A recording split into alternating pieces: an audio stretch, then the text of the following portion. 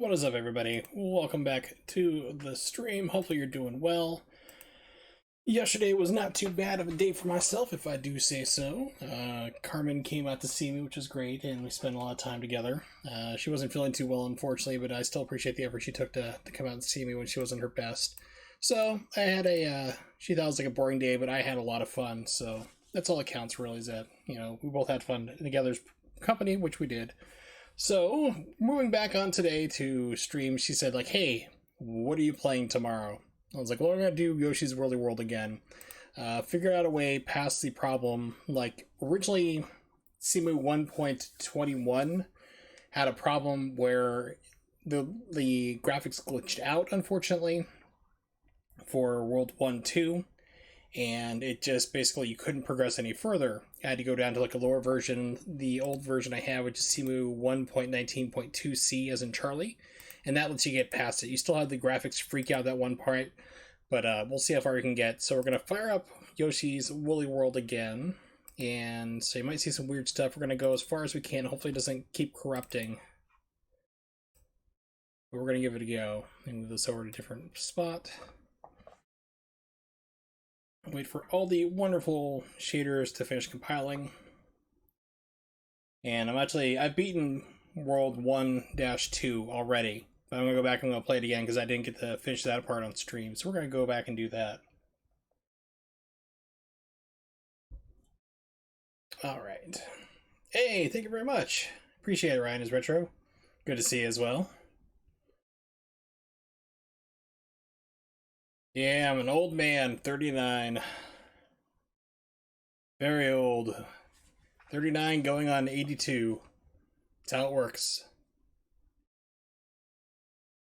And Kevin, the mad animator man from Trinidad himself. What's up, buddy? Thank you very much for the birthday wishes. Appreciate it.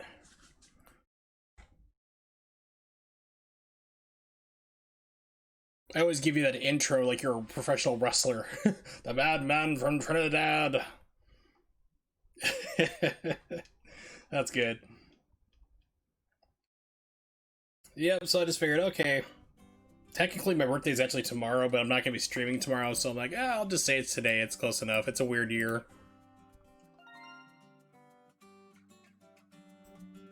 I think this game was really quiet when I played this last.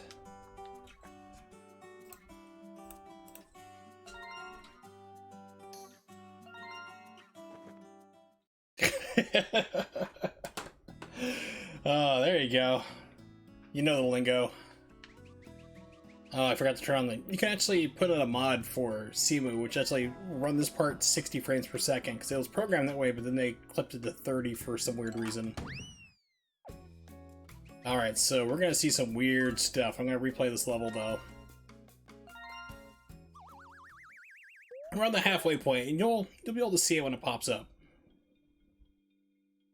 It's not this part right here. This part always glitches out. It's emulator not handling it right. Yeah, it still has a ways to go. I mean, the latest version, 1.21. Yeah, this gameplay is 60 frames per second, but the overworld, they capped it to 30 for some weird reason. But you can do a, graphics pack that they have. It actually will make it run 60. So, go figure. So the gameplay in here is 60, then they cap the overworld to 30 for some weird reason, but you can make it run 60 again, and there's no repercussions or problems with it. It's like for example, Bayonetta 2, they actually have a 60 frame per second mod too for all the cutscenes. So all the cutscenes now run 60 frames per second. They look amazing because they were able to do that, but it was just too much of a strain on the Wii U to try to pull off, or even the Switch for that matter. So they limited those to 30. Which is, I was thinking like, oh, they were like pre-recorded videos or something, but like, no, they're actually rendered into engine to like be run 30. I was like, okay, that's kind of cool to find out.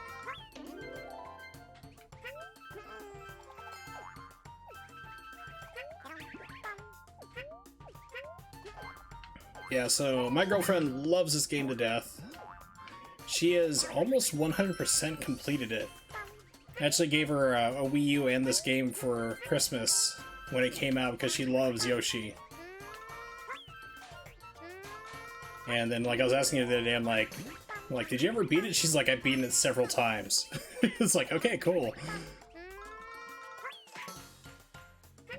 I did one too, played it on real Wii U. I ripped the disc, USB, keep them drive as little as possible. It's a smart idea. That's one of the things I want to look into getting when I get a job is like ODE emulation for like PlayStation, so you can replace the optical drive on it, because those things are just, they're dying.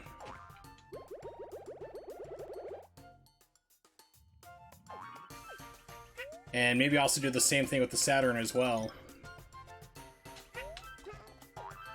So they have like the Satiator, which is coming out eventually for people to buy who weren't backing his Patreon. It's like ridiculously overpriced. But you can play, it's a plug and play unit. You plug it into like the back of your Sega Saturn, has a video card expansion, which will basically make certain games run MPEG files better. So like Gun Griffin, like the FMV openings would run a little bit cleaner and look a little bit better. They actually figured out a way to make a card to plug into there, and you can play ISO dumps. So you can just plug in like a USB card or a SD card into that, plug it into the video slot in the back, and play it.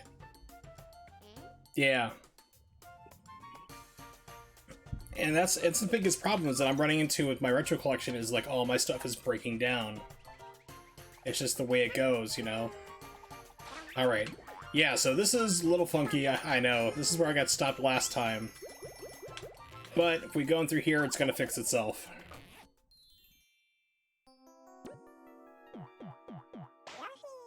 Yeah, it's kind of sad that we have to like resort to those different methods now, like replacement drives, optical emulation drives now, because just it's all failing hardware. Like I tried to get a replacement drive for my PlayStation 1, and that was a major hassle to try to see if it could find it. So I'm thinking like eventually I'm gonna have to buy one of those replacement drives and go like that. Rip my entire collection to ISO and just to play it that way.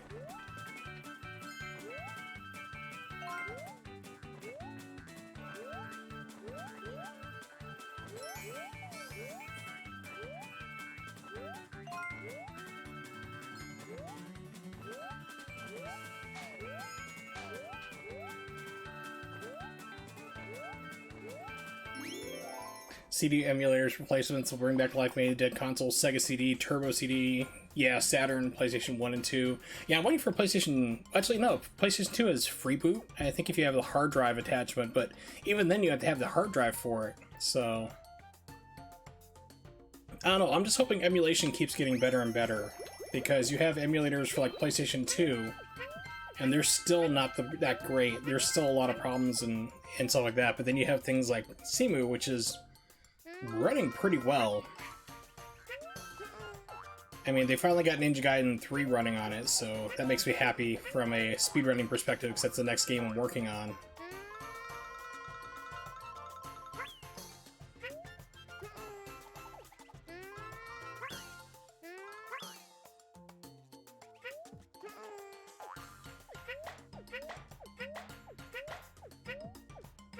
Yeah, I mean, once you get like a replacement drive in there, then you're probably set for 30 years, something crazy. I don't know how much you'd use it, but it was kind of shocking opening up my PlayStation 1, like how easy it was. Because I mean, now you have to have like specialized tools and screwdrivers to get into stuff. Like I had to fix my PlayStation 3 last month, and that was like a nightmare and a half. And the original PlayStation 1 is like, it's 8 Phillips screws. That's all I have to undo. It's like just a normal screwdriver, pops it open.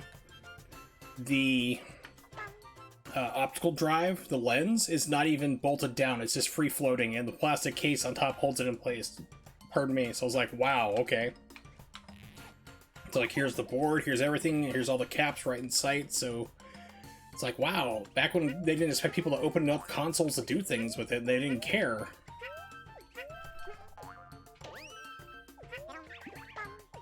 Now, like, if I ever need to fix my Xbox 360, I'm going to have to buy a specialized tool off of eBay to do it. Because they have, like, these, like, different weird security locks on them and all other sorts of fun stuff.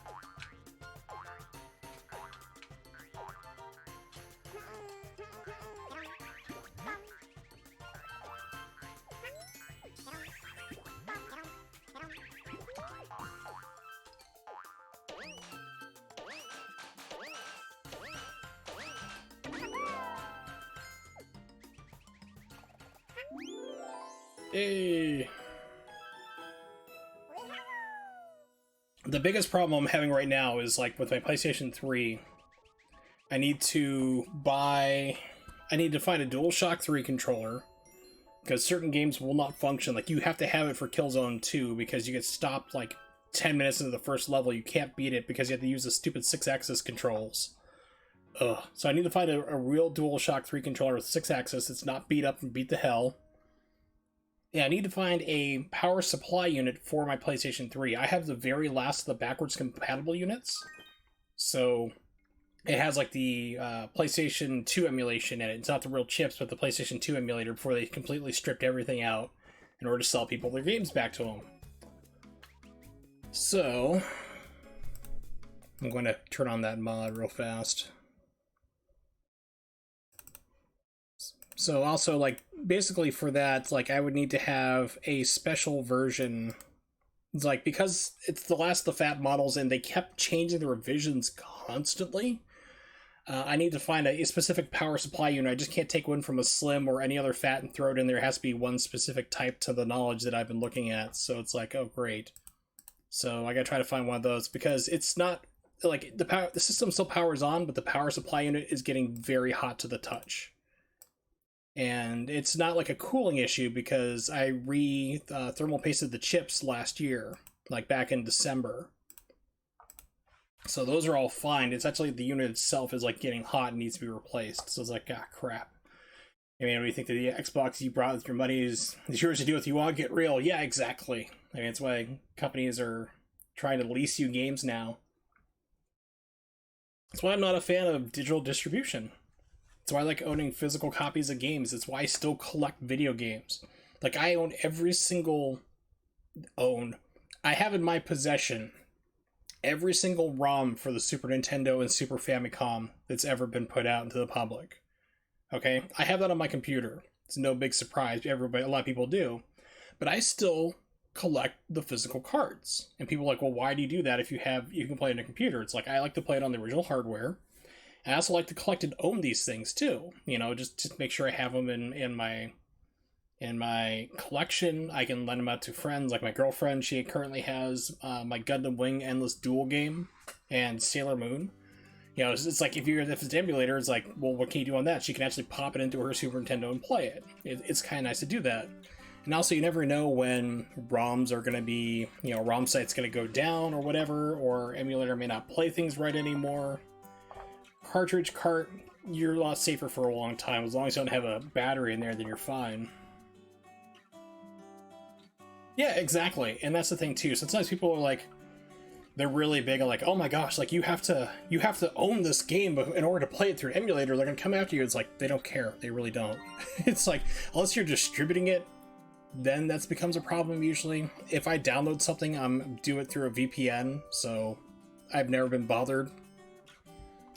Because I know that some people are getting tracked through downloadps3games.com, I think it was. You just turn on a VPN, they're like, they'll never track me, so... And they still haven't. Wink. But yeah, it's like, I say if you own it, just emulate it however you want. Yeah, look, this is now running 60. Yes, I knew it! The FBI Trinidad office, damn it. I should have known. Your animation skills were all a ruse. It's like Point Blank, but you're an animator instead.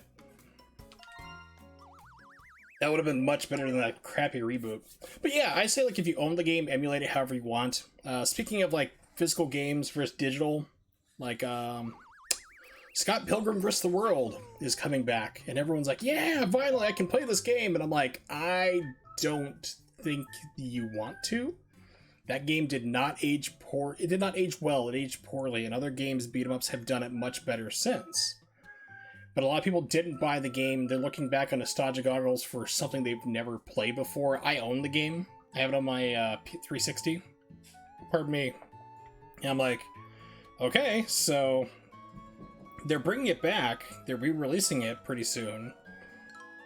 But I haven't heard any word on a physical copy. I'm like, is it digital again? Is it gonna get delisted? Again? You know? What is going on? Pixel art music set it apart. Yeah, the Anamanaguchi soundtrack is killer for that. It's literally one of their albums. I can't remember which one it was. It was just used as the soundtrack for the game. But yeah, other games have done it far better. I complained about Streets of Rage 4. Even that game does better. What was the... I bought it not long ago. I have it on the Switch. PC version's better. It's the Kunio game. It was... It's two girls... I'm drawing a blank on the game already. Oh my god. It's like the two girls you play. River City Girls. River City Girls reminded me a lot of Scott Pilgrim, but better. I mean, because like Scott Pilgrim, you knock somebody down and they're just down forever, and you have to level up to like level 9 or level 10 for your one character in order to do a ground pound attack to damage people. So it's like, it takes forever. You have to grind. If you're playing single player, you have to grind like crazy in order to get anywhere in that game. If you play multiplayer, then that's fine. Then it's a lot more fun, but if you're just playing by yourself, it's such a horrendous grind. It's not fun. So I'm thinking people are going to kind of discover this the hard way when the game comes out and they buy it. Trying to support GOG more. That's good. I like them a lot. Been using them for years. Well, you won't feel bad. Just download whatever. Right, it's DRM free as well. Game should be an exe file run like the old days. Yeah. I agree, it'd be nice.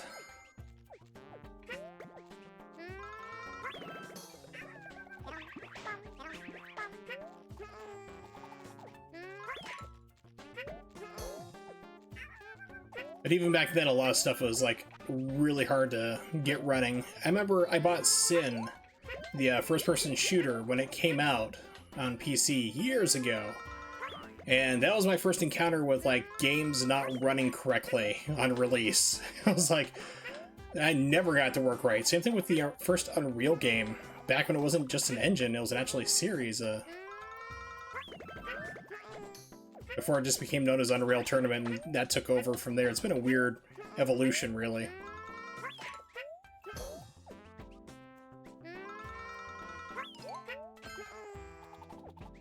But it wasn't until it got re-released, it was on GOG, on GOG, that I bought it again, and I was able to play it. And we're like, oh, this game is very 1998, it hurts. You know, it's like, this game came out the same year as Half-Life, and it's like, Half-Life was a better game.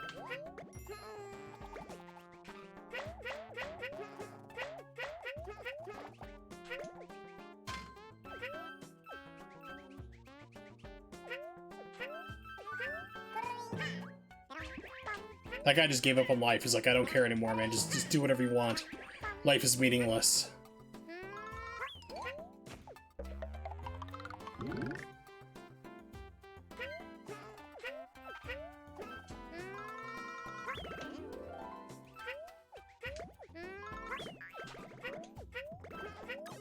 There we go. But yeah, that's what I like about GOG, GOG, if you will, is that it's DRM. A lot of the games still work on modern systems, which is really awesome. That they'll go back and actually make sure it works. So it's like, sweet.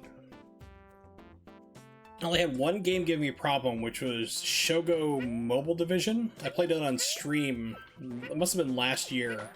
And it actually like crashed my computer. It was hilarious. Beat the first level and it just bricked it. Like I had a hard restart and get the stream back up again. I just laughed about it because it was funny because I was doing like viewer picks, like audience picks, like from everybody in chat, and that came up. I was like, cool, no problem. I'll just download it real fast. I did and installed it, and it just broke my computer. I was like, okay, that's hilarious. But everything else from them has been solid.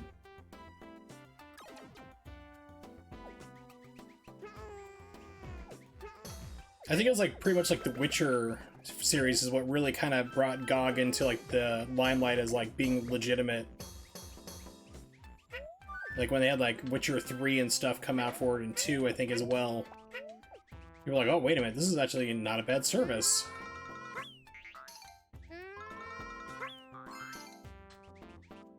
You think it'd be lightweight, they just run over, yeah, 100,000 FPS, because technically we're running on what would be considered a supercomputer? Yeah.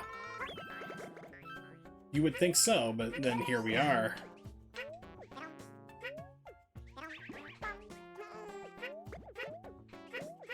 I mean, hell, it's kind of funny, like, why Crysis wouldn't run. I can actually run Crysis pretty well on my computer. Not the remastered one that just came out, or is about to come out.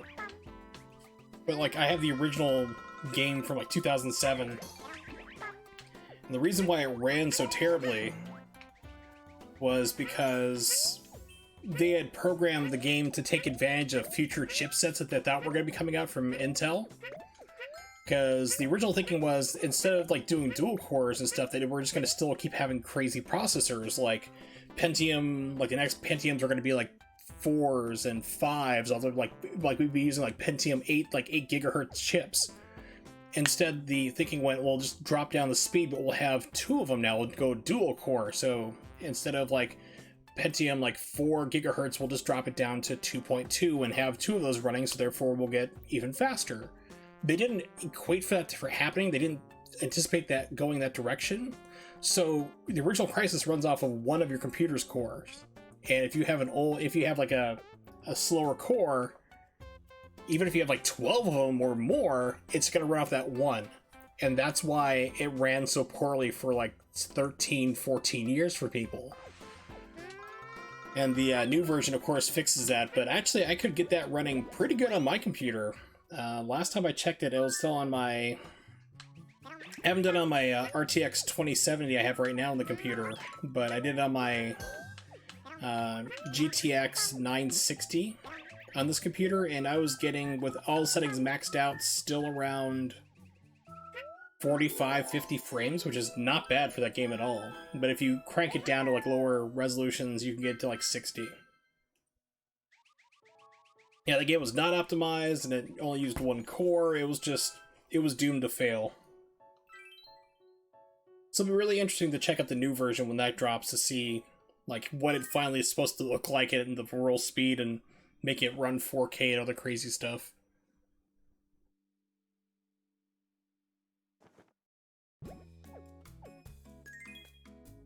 Looked at 50 stamp patches.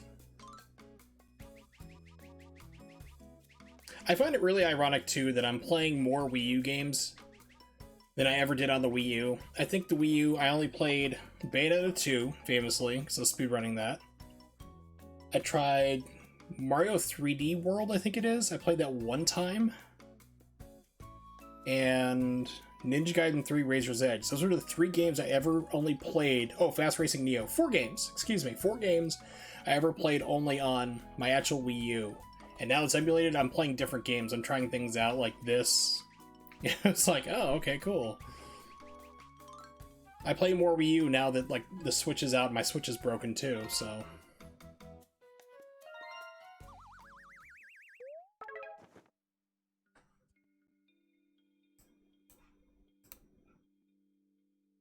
A big Montgomery's Fort. Yeah. Because the Switch is broken up between 2 processors, that's why you just can't get a third-party dock and make it run, because it has to match and shake hands with the Switch because it's got a processor in there. Which is why if you pull out Switch games and run it off there, it only runs 720p. If you plug it in, you can run games 1080p. It's a dirty secret. My dock is broken down. So it will rarely accept it, like that unplug something into it and either charge or display out.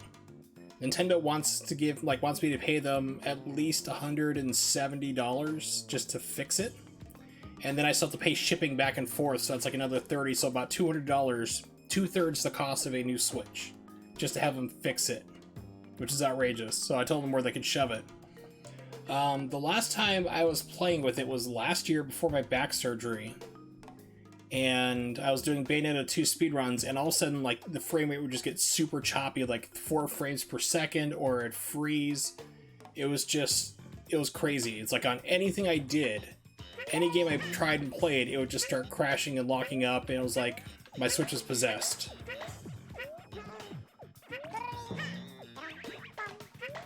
So yeah, so I have never gotten that fixed, as I'm kind of mad at Nintendo. And my Switch is a Bayonetta 2 machine anyway. I mean, I have Astral Chain, I didn't like it. So, Yeah, it's just purely a Bayonetta 2 machine at this point.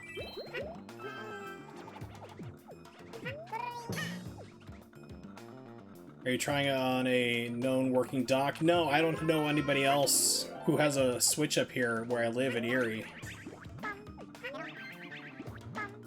So I just can't go to somebody else and say, hey, let me borrow your dock, you know, to make sure. But it seems to be that because I've gone and messed around with it without it docked last time it was fully charged up. And it seemed to be working just fine. So it seems to be the dock is the main problem behind it. Pardon me.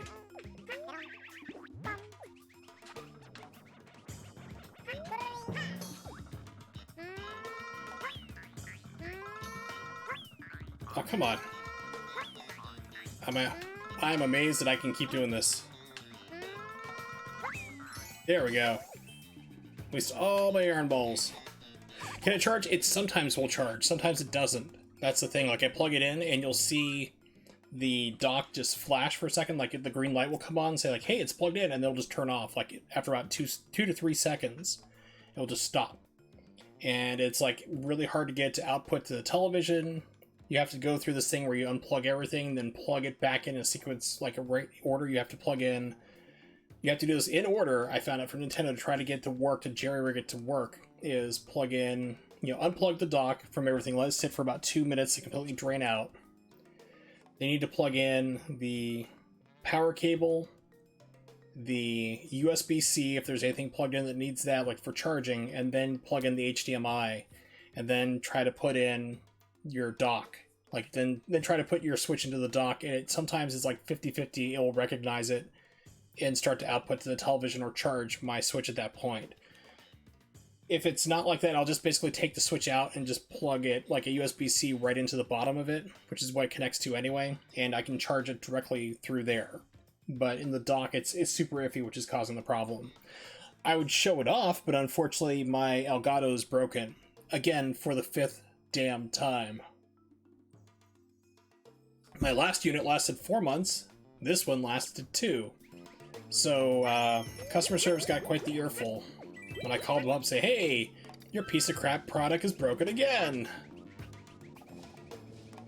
At first they're like, have you called us before? I'm like, oh yes, check your records. Like, oh yes you have, so what's the problem now? It's like, it's broken again.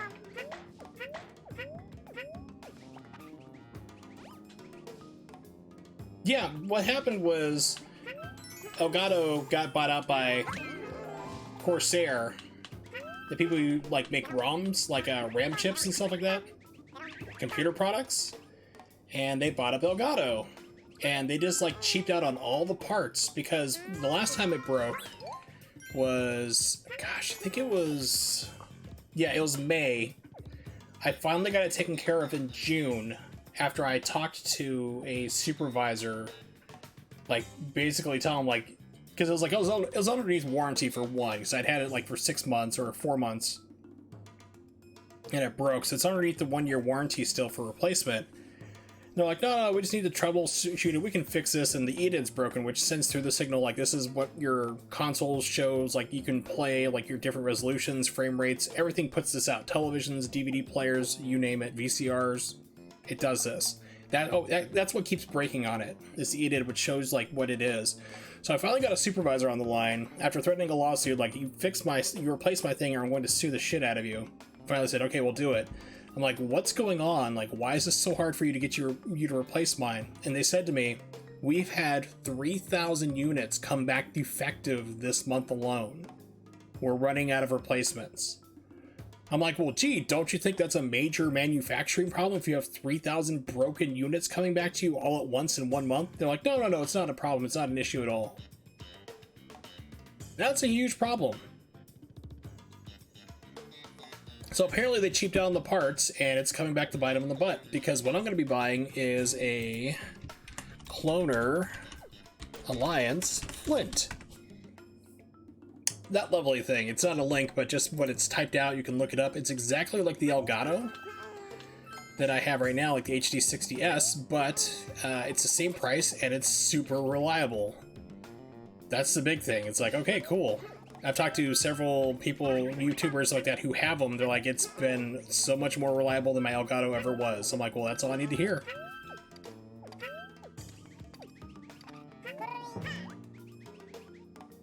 So when I get a job, hopefully at the end of this month, or probably gonna be next month, I get cleared by my surgeon, which should be the 23rd or so, to say like, yeah, I can go back to work.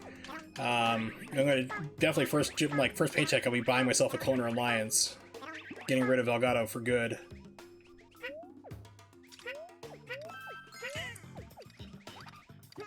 No, come back, Yarn.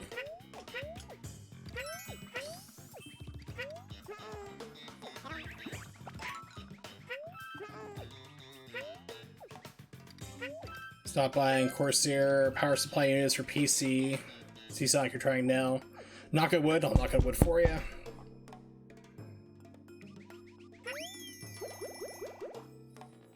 Yeah, hopefully, I mean, it's gotta be concerned to anything that they have their mitts on. I mean, I used to recommend... Whoa. Vertex explosion. I used to recommend the Elgato to new speedrunners. Okay, this is getting weird. Joys of emulation.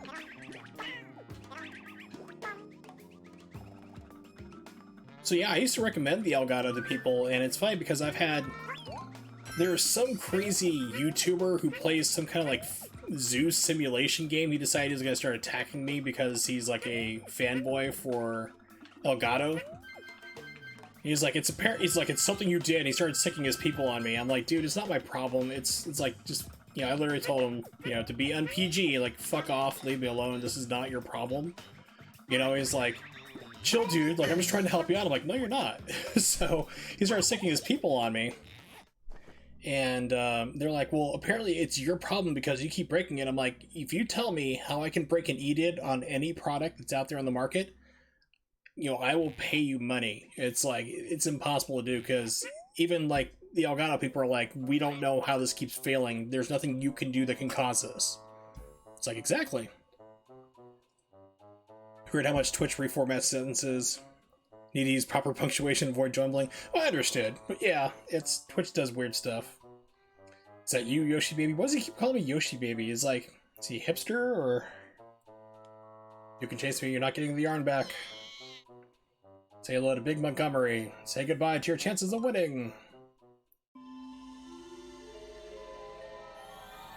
Yeah, how's America, man? I do what I want. Okay, so apparently the complete shader cache I downloaded for this game is a complete total lie. So you can see it's like trying to do it right now. So it's not a complete shader, they lied. The internet lied to me.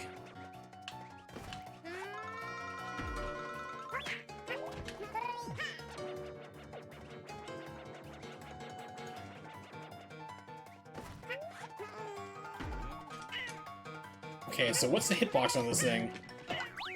How do I hurt this guy? Maybe the belly button? I don't know, I need to figure this out.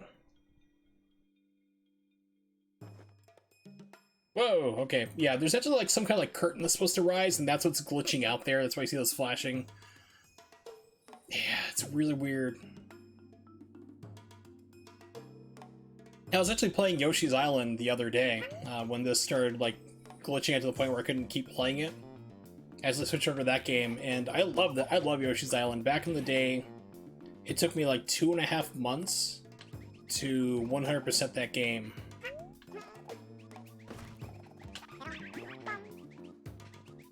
And it was like, it is a legitimately hard game. It's like, wow, it was like I was dying. I was using RetroArch, so it's like I was getting rid of all the input lag, so I couldn't blame anything on like controller emulation lag. It's like, no, it's just my skill. I'm terrible, you know. I was having fun with it, but yeah, that transformation at the end cracks me up. I was also like really appreciating how things used to be, like things that I kind of took for granted at the time. Are like, I look back on them now like 20 some odd years later, and it's like I'm just impressed by what I'm looking at, like with the Super FX chip 2, and understanding how it was like in there to like basically use computational changes to basically make like you know, to cause those things to, like, to enlarge, like Baby Bowser enlarging up to the Giant Bowser to attack you, and just enemies getting larger and smaller, different color gradients, things that Super Nintendo couldn't do, but you had to do a special chip for it. And everyone just remembers, oh, FX chip was like Star Fox.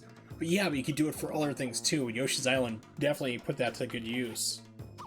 Or if you have the Japanese version like I do, Yoshi Island. Alright, let's try to figure out this guy.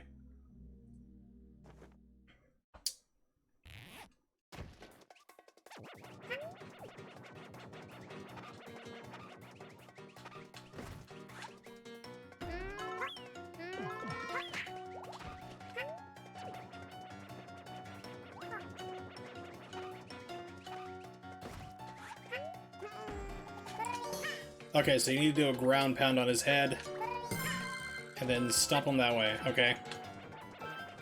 Except for he's got a really weird hitbox, so...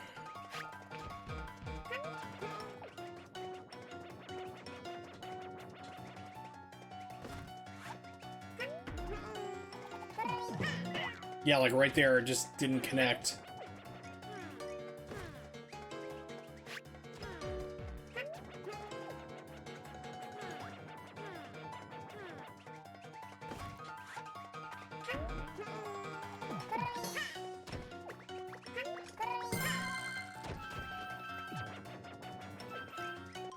So I see what my health is.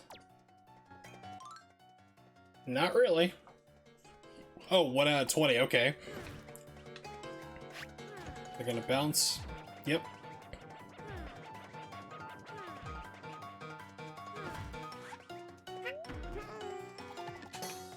Okay, so I don't have to ground pound them, I just gotta... This I do. Okay. Neat. Figuring it out.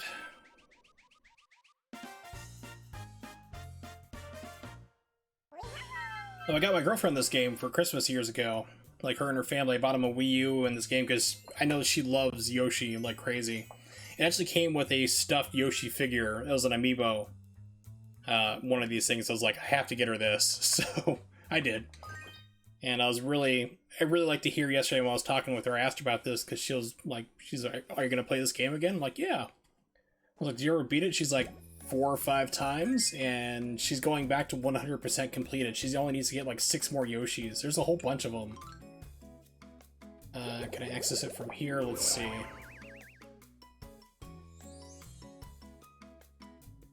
So I'm really glad that she liked all... Really glad that she liked the game a whole bunch. I think it's in here. Yeah, so when you unlock, basically you get all the yarn, like there's 5 yarn skins per level. You can unlock different Yoshis. So I've unlocked Treetop Yoshi, but she has like all these unlocked except for like, I think she said like about 5 or 6. And there's a lot of Yoshis to unlock.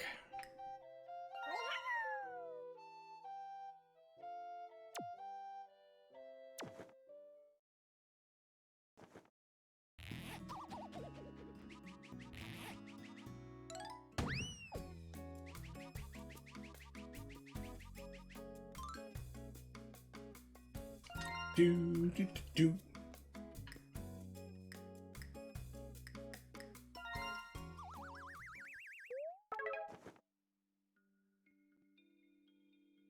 Naughty Naughty Windmill Hill.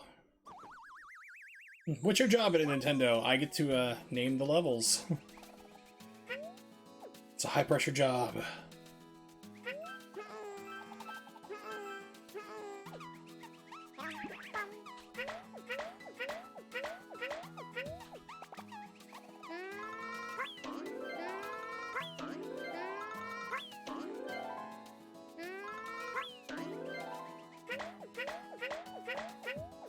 Yeah, so I would really like to get a functional Switch.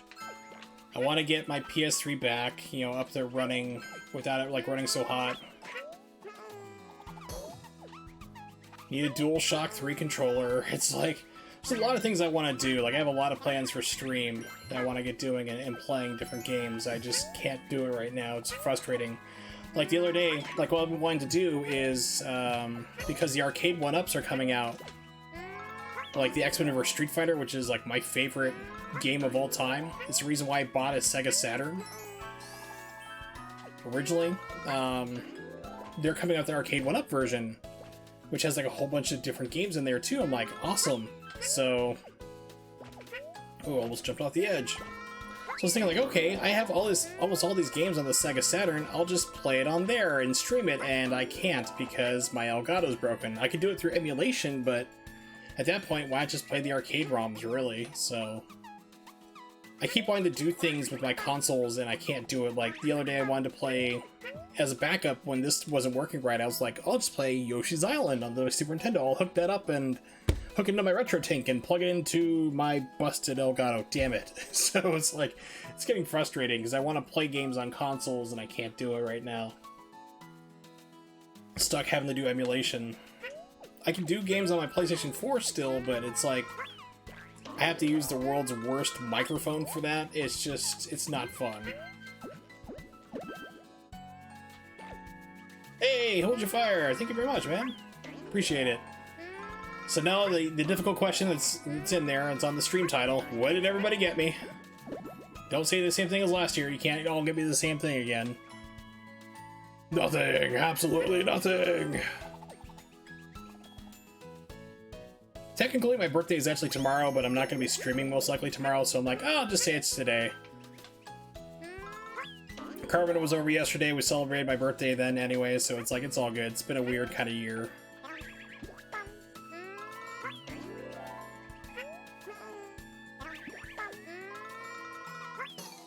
Of course.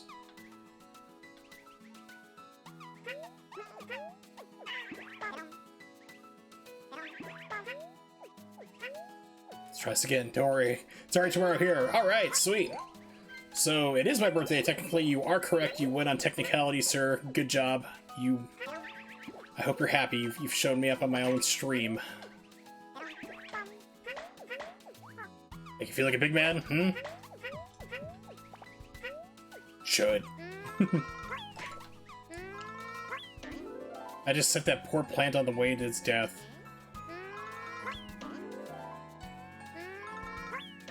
Yoshi's like, hey, I've been killed by Mario too many times. I need my revenge.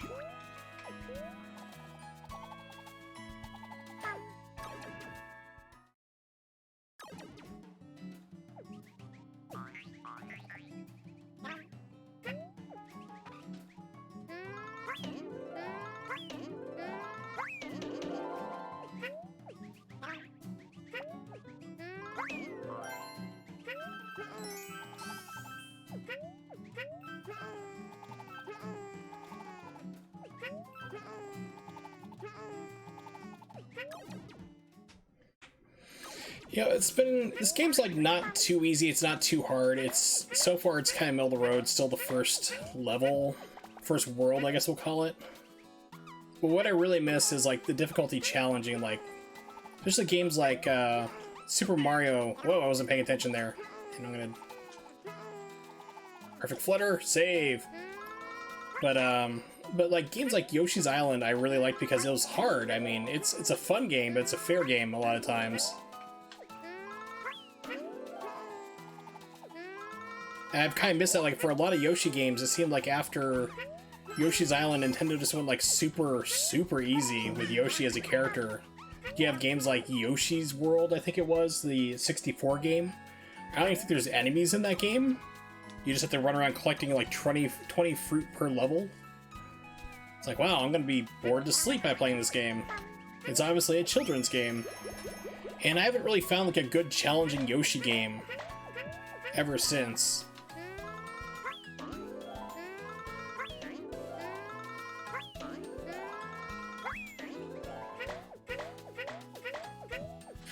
Pardon me, so we'll see if this game provides any, like, more challenge, really.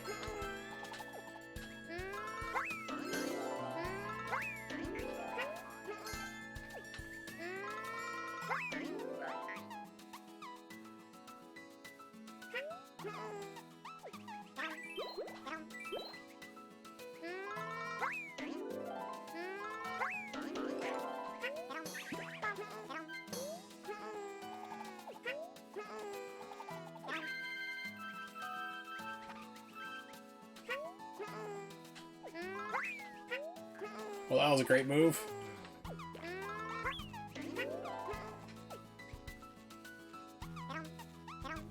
kiss you.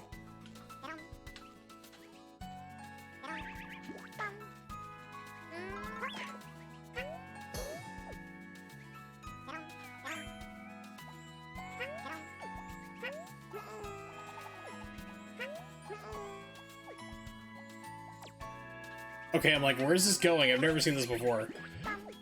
Okay, neat.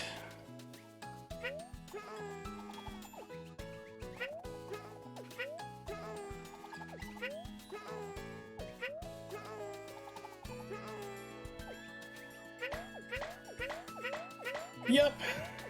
I said my girlfriend is like 100%. She's getting close to 100%ing this game, but this is still like, this is my first time seeing and playing this game, so I'm learning.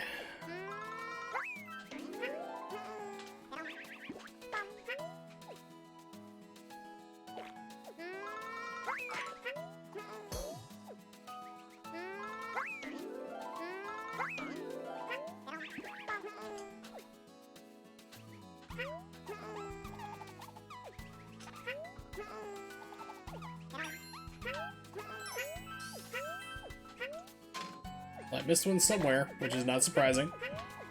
Hey, it's Fico! Everybody's showing up. What's up, buddy? Hopefully you're doing well.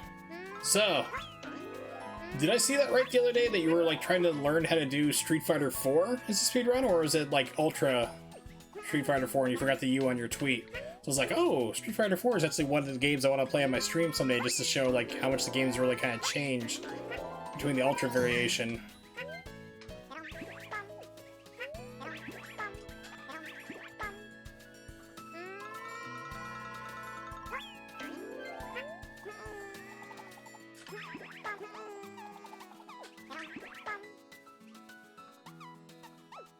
So I know, like, you've been trying to get, like, some other world records back for your, Ultra Street Fighter 4.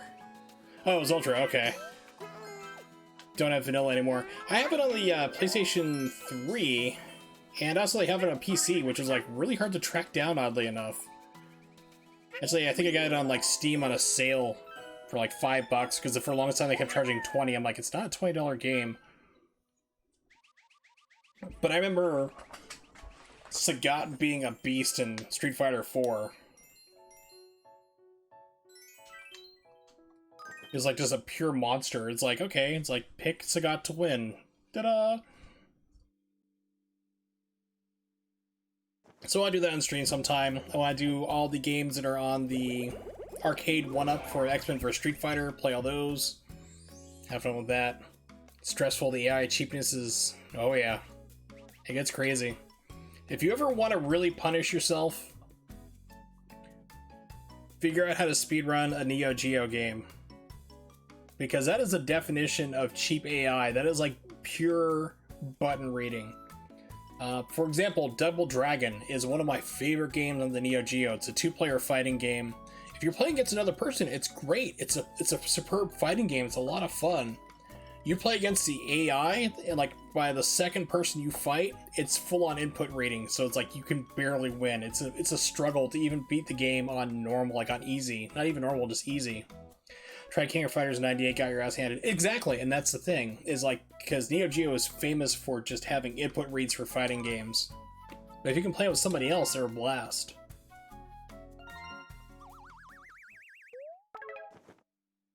Thinking about also possibly doing a Fightcade night where I fight people in the chat, but I don't know if everybody here has Fightcade 2 or not.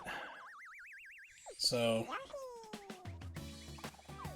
but I'm happy about... oh, okay, you can't catch those things. Got it! Or I can. I'm like Kirby now, just catching bombs. But, what else was I thinking here? Oh yeah, the latest version of Fightcade 2 has Street Fighter the movie, the arcade game, support on it now. I'm like, oh, we have to do this on stream someday.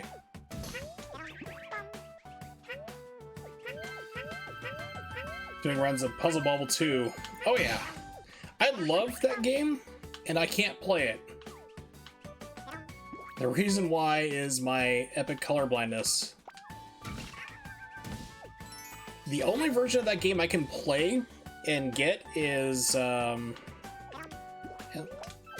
is Puzzle Bobble, or whatever they call it,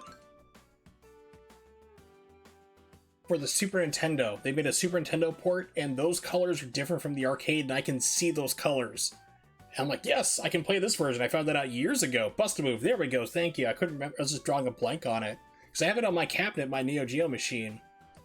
But I can only get like so far until I start introducing more colors in that I can't see, and then I'm screwed. I'm like, so I can only get up to like level 6 or 7 or something like that, and then I'm hosed.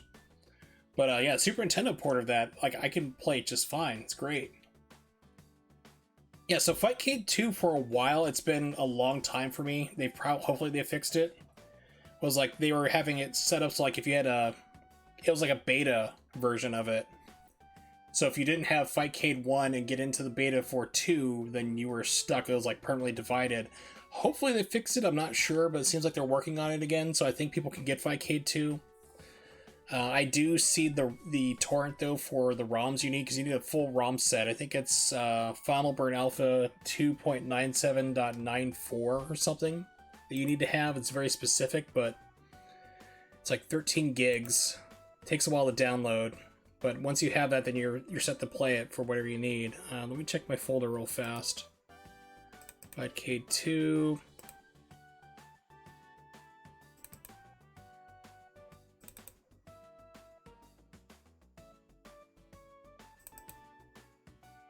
Yeah, you need to have...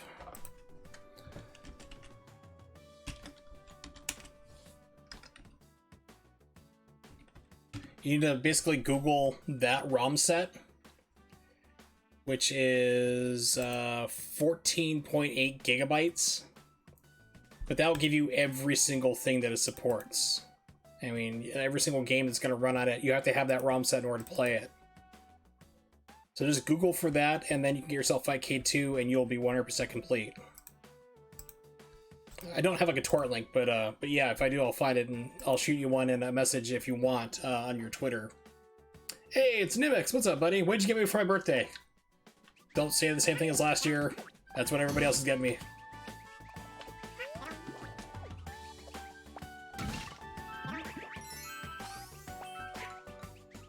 Another sub. More subs. I demand it.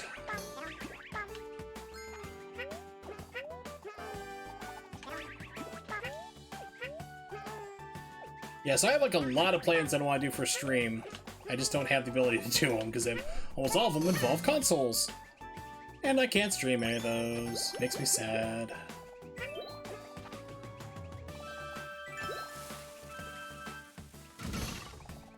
Okay, that was the thing that happened.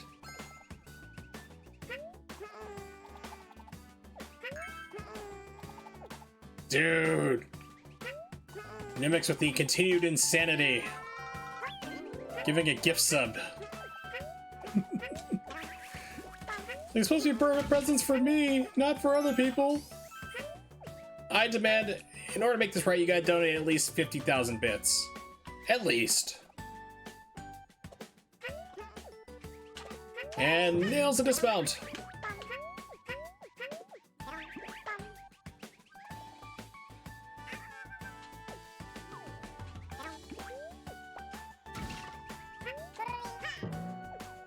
I am impressed that I missed every single person on that. But then I'm not surprised. Got you Bayo 3, but it's still a secret. I have to wait till it comes out. Yeah, can't stream it, can't talk about severe NDAs, but yeah. You know the right people, apparently. Okay, yeah. It seems like whenever we get to like a bonus stage like this is where the game freaks out.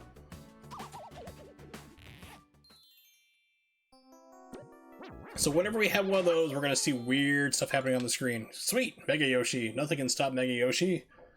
Gogeta! Just special effects. But thank you very much, Nimix, for gifting that sub to Fico. I appreciate it. You didn't have to do that again. Going hungry 2 times in 1 month. Just for entertainment. That's dedication. Is this a Switch game?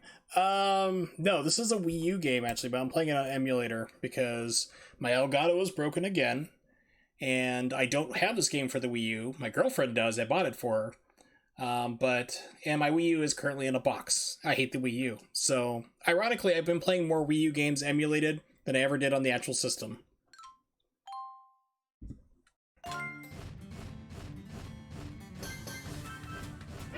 Okay, so I still have to... Okay, so that's... That makes sense there. Okay. So I'm like, well, how am I gonna get past this thing? Can't jump over it. Swipe the tail.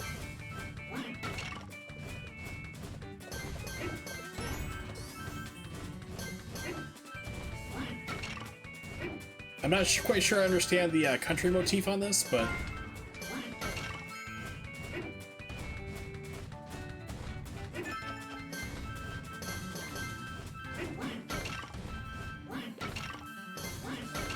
Let's do like a spinning sweep. Yeah. Yoshi's like, I got that brown belt in Taekwondo, I'm gonna use it.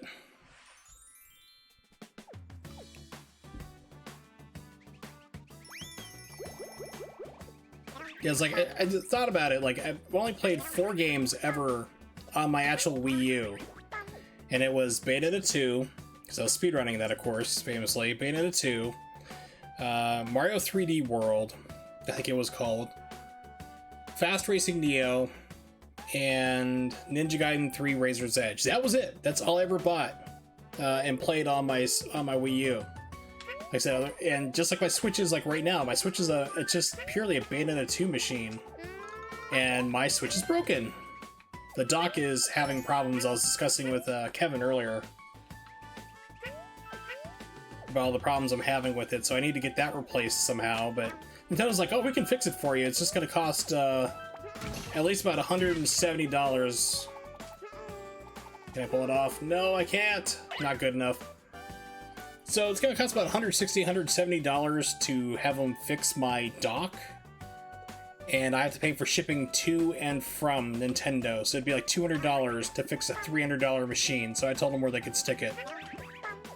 Switch a week ago and loved the NES, SNES games. That's good. Pardon me.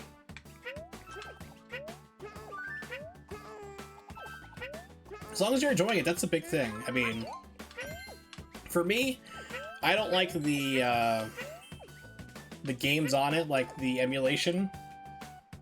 Pardon me. It's just like, I'm really sensitive to input lag. So it's like, those games are just way too much.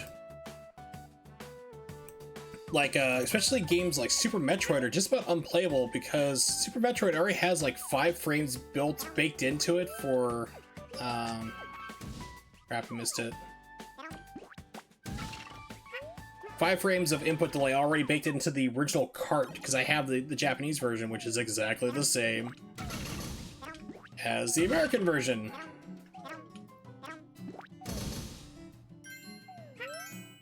And then you have like the emulator, which is added like another 3 frames on top of it, so you're trying to play a Super Metroid with 8 frames of input delay. It's like when Tekken 7 first came out, or Street Fighter 5 first came out. People were trying to play it with like 8+ frames of lag. It was like, oh my god, this is a nightmare. Yeah, so if you're used to it, and that's fine. Certain, like, I can tolerate up to like 5 is my limit, really. So that's what I love about RetroArch, is you can get rid of that. You can get rid of input delay. It's so amazing to play a Super Metroid with no input delay. It's crazy. But it's not too bad. I mean, just like the only game I found out of every single one, like I could feel the delay on everything I did, but like the biggest problem for me is like I could just not play Super Metroid. That was like the only limitation I found, but everything else was just fine, really.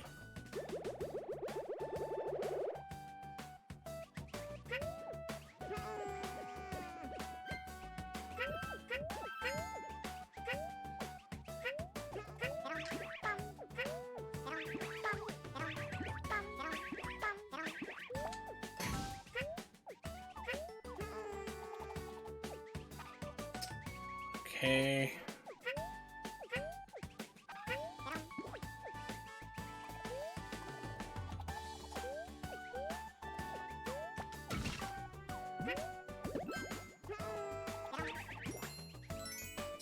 Yeah, it's kind of funny, like things like input lag and like shaders, like smoothing shaders, used to not bug me at all, and I liked them. I mean, like Now I look at a game, I'm like, is it smeared with Vaseline? If you like put on like some weird, something other than like a bilinear filter on stuff, I'm like, oh, just give me the raw pixels. Whereas like when emulators first came out like 20 years ago, I was like, dude, this looks so amazing, I can make these games look even better. And now I'm like, ugh, no thank you.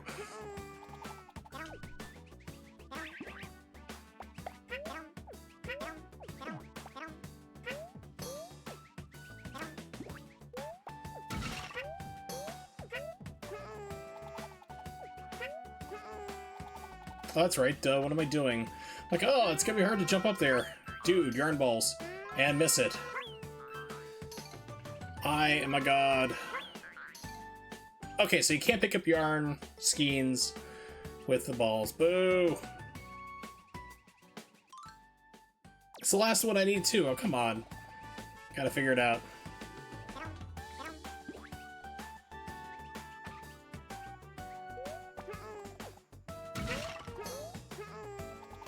There we go. Yay!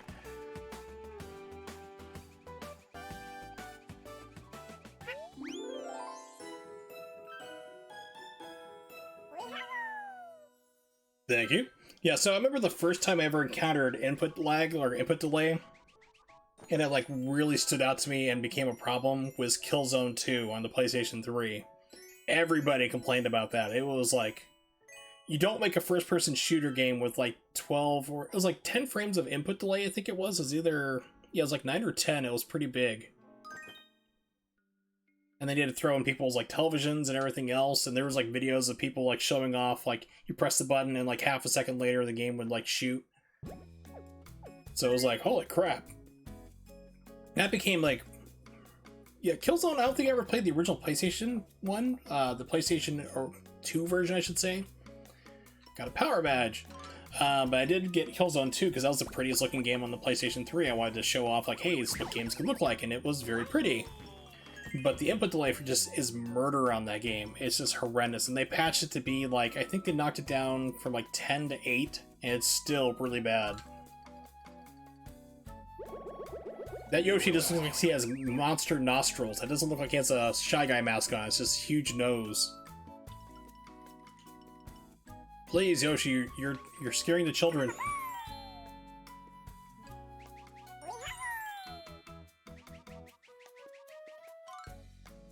Yeah, so Killzone 2 was another game I tried to play last year on stream, and that's why I discovered I need to have a DualShock 3 controller, because like 10 minutes into the game, you have to use the 6-axis controller to like open up a valve, and I don't have it. So I was like, I use either a PlayStation 4 controller that I have Bluetooth synced up and it doesn't recognize the 6-axis, so you're screwed on that.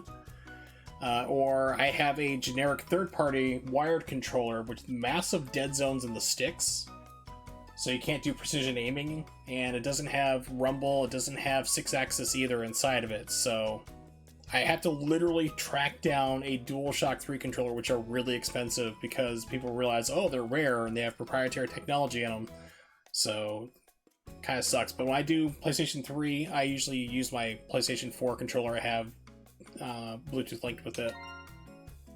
Yeah, Killzone 2, that was the excuse that they tried to use, actually, Kevin. They tried to say, well, we're trying to make the game feel weighty, like you're this big, powerful guy, but it's like, no. It's like, if you want to have momentum be slower, you can do that, but you should still have the game be fast firing. You can change those things that you want to. You can have, like, delay parameters set in for movement, wait X amount of frames before start moving or slowing down. You can cause it to be that way, but not for shooting a gun. Shouldn't be that long of a delay.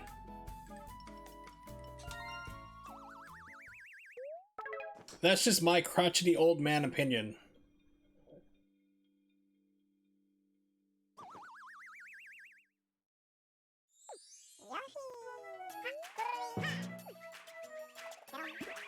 Make me kind of nervous how the sky is all flickering here.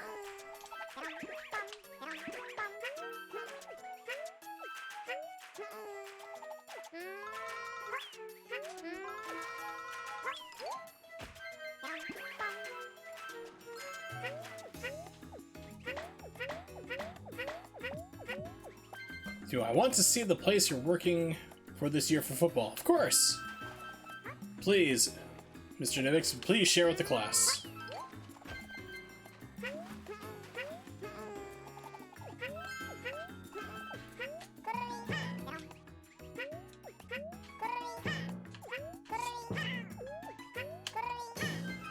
There we go. Okay, you gotta be like right on stuff. You do not have extra.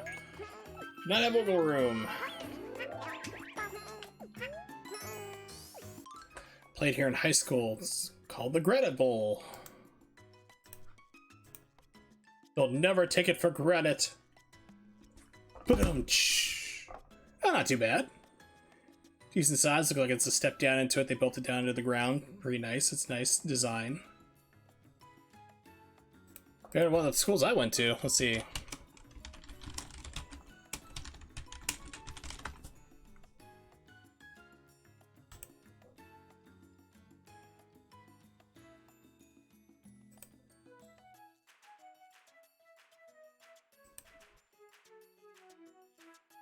See if I can figure this out real quick. Try something real fast.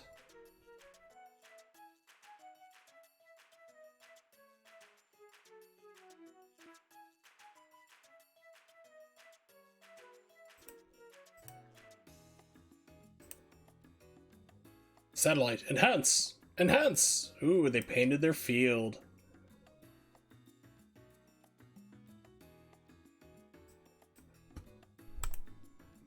Let's see if this opens me up exactly where I thought I was. Second. It did! Okay, cool.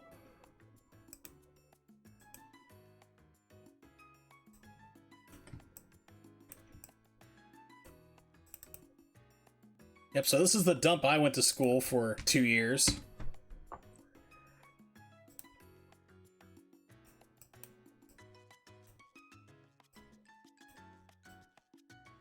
And let me tell you, it was basically just... Oh, they added tennis courts. They didn't have those before. But yeah, it was just so terrible school. This is where they used to hire former prison guards as teachers.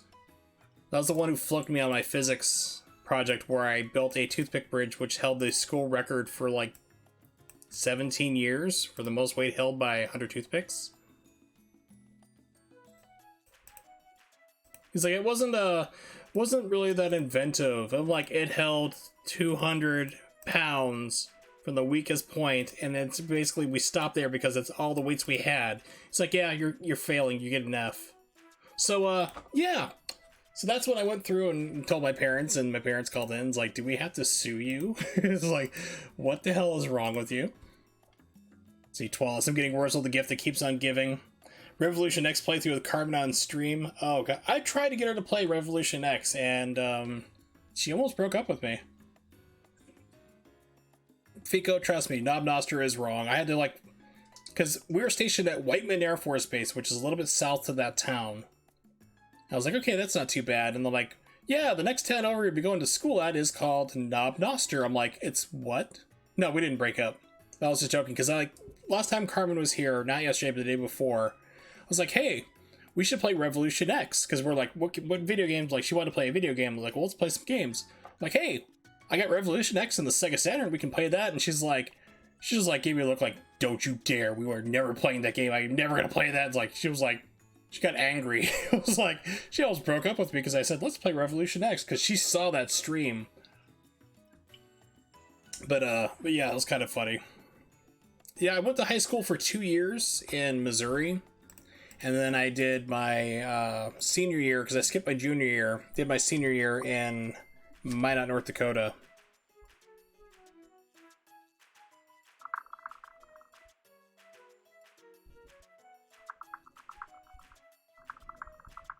Sorry, I know you guys are hearing my phone.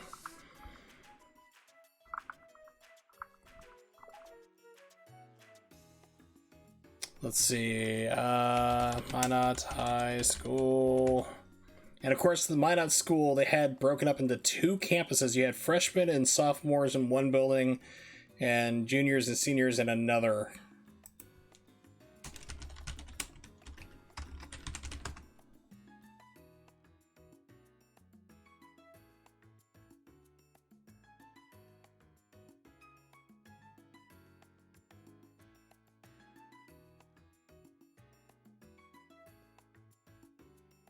Sorry, typing a message to Carmen.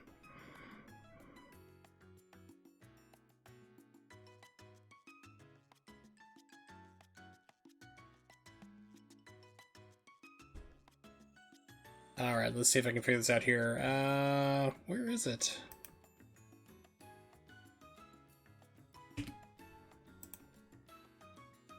When's a co-op couple stream? I've actually asked her. I was like, hey, do you want to stream? And she's like, no. She doesn't want to do a co-op stream. Just sad, because I think we could have some fun with that. We could play this, because I know that she loves this game. We can do 2-player. Yeah. No, actually, she was telling me about her day, because I asked her a question earlier, and she's been, like, super busy and just got around back to it, so...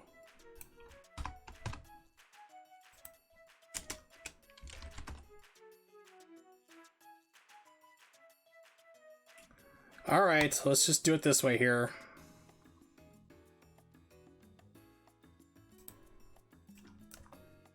Minot, North Dakota, Google Earth.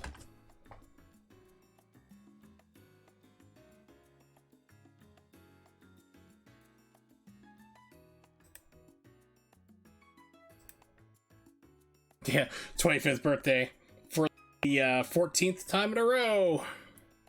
It's a happy Christmas.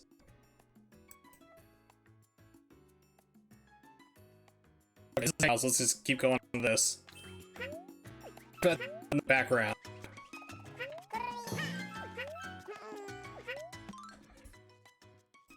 Why is okay? It's like for a second ago, I pulled up like, yeah, no problem. You know, the here's Knobmaster, the dumpy, crappy school I went to. And it didn't really pull out the entire link on that here. It didn't make it all one clickable link.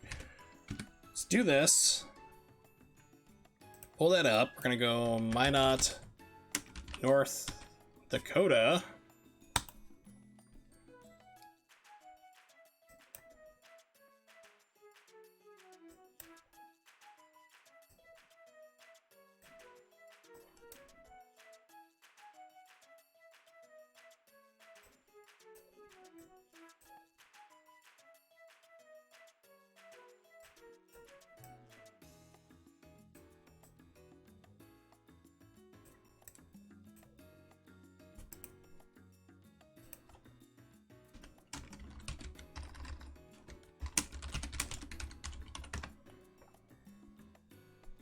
There we go.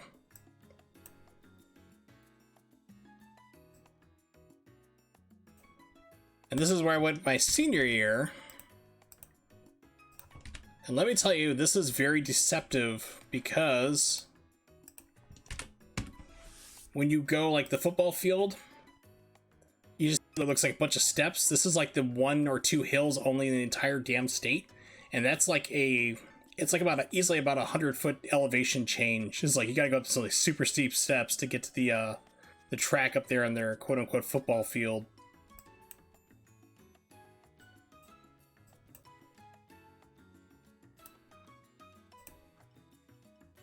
School sucks. I hated school all the way through.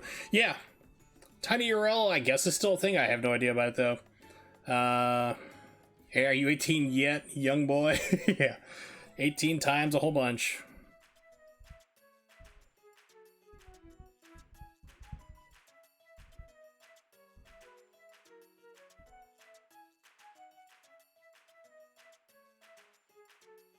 How was Wurzel's birthday stream? That was great. He spent minutes trying to find his old high school and left us on a pause screen and typing message to his girlfriend and blah blah blah. No, that's... yeah, it's North Dakota. Not Minnesota.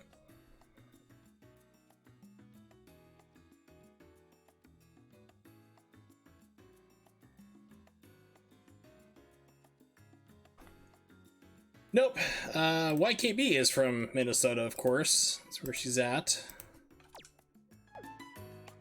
Nope, I went to school in North Dakota, so when I went to school in Missouri, that crap hole it was, they required 30 credits for graduation. And when we moved to North Dakota, they only required 20. So I literally, like, I went to, like, my junior year, I went to school for, like, 2 weeks. I was like, I have to be here, screw this. So I did, and just basically at that point just like dropped out for half a year. Dropped out my entire junior year, actually, and then Come on over here, dude. And then I went back and just finished up my senior year. They wouldn't let me graduate early. They're like, nope, you can't. I'm like, can I just do my senior year now? And they're like, no. It's like, really? So I had months off, didn't have to go to school, and then I had to come back and do my senior year.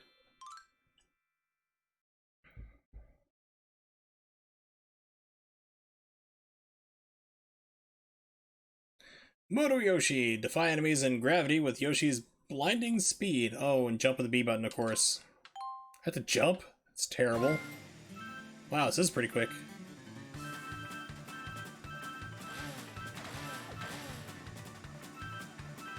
Okay, so I can't run people over.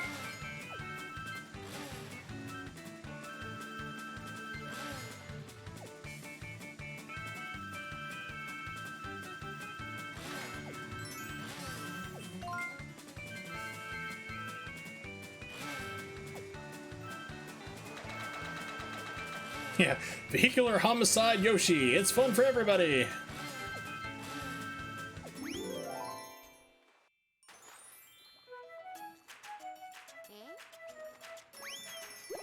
The joys of emulation, people.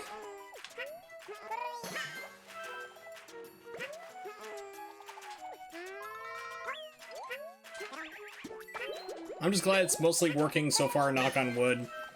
Probably just screwed myself by saying that out loud, but...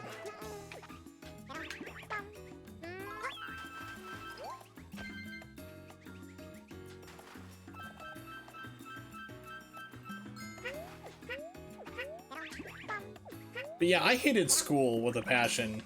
Oh, they brought these back. This is from... Did this in the Yoshi's Island game.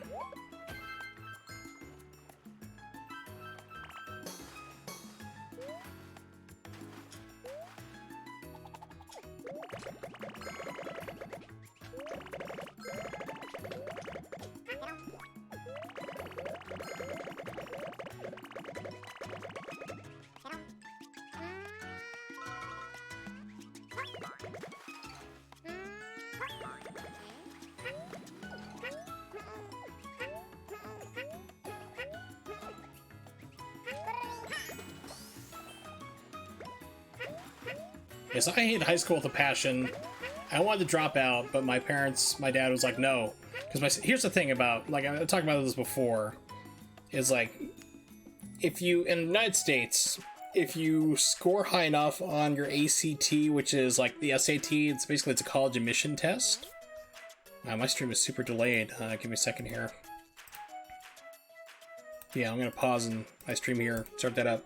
But if you score high enough on your ACT, which is like a college admission, like, or test there to see what you know and makes, colleges see, okay, this is what you actually know and try to accept you.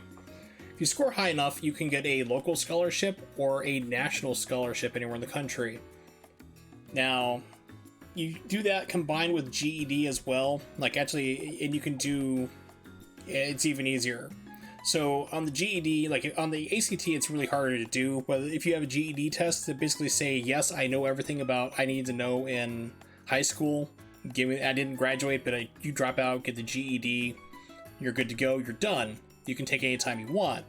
My sister dropped out of high school, took the GED and her ACT, and scored like 1 point away from getting a national scholarship to any college she wanted to in the country for free. And she actually ended up using that a couple years later, because she didn't have a time limit on it, to go to college and become a nurse, which is where she's at right now in Kansas City. She's an ER nurse. So I took the practice GED, and I scored 1 point away from getting a local scholarship. So I was like, hey, I want to drop out, just like Jennifer did, my sister, and I want to go through and get my GED, take the ACT, and I can go to college. My parents are like, no. My dad's like, no, you have to graduate. You have to be the first person in the family to graduate. I'm not going to have 2 kids drop out and get this. So at that point, I was like, okay, screw it. I don't want to be here. This is a waste of my time. I made it a point to graduate with a D- average from school. So my GPA was like 1.6, I think it was. It's like what it is. And I'd show up for my classes. I wouldn't do homework. I wouldn't take notes. I'd just sit there, just doing nothing for like 4 years. And it pissed off all my teachers because then they gave me a test and I'd just ace them 100% every single test. Because I calculated what I needed to do, what work I had to do, and what I didn't need to do in order to pass. With that different, yeah. So, like, my teacher's like, what the hell is going on? So I'm like, I told him straight up, I was like, I'm going to do the absolute bare minimum, close by, because I don't want to be here, and I'm being forced to be here. People are like, well, why don't you just, like, quit anyway? Because my dad would throw me out of the house. My dad was he was, like, severe mental problems. He still has, but now he's medicated for them. But when you're in the military, if you admit that you have a mental problem and start seeking treatment for it, they kick you out. And he was getting very close to retirement, so we had to suffer through all that, mental abuse he put us through and everything on top of it. So he would have literally kicked me out of the house and made me homeless at like 15, 16 years old. So, yeah, school's pretty different here in the States. We're special.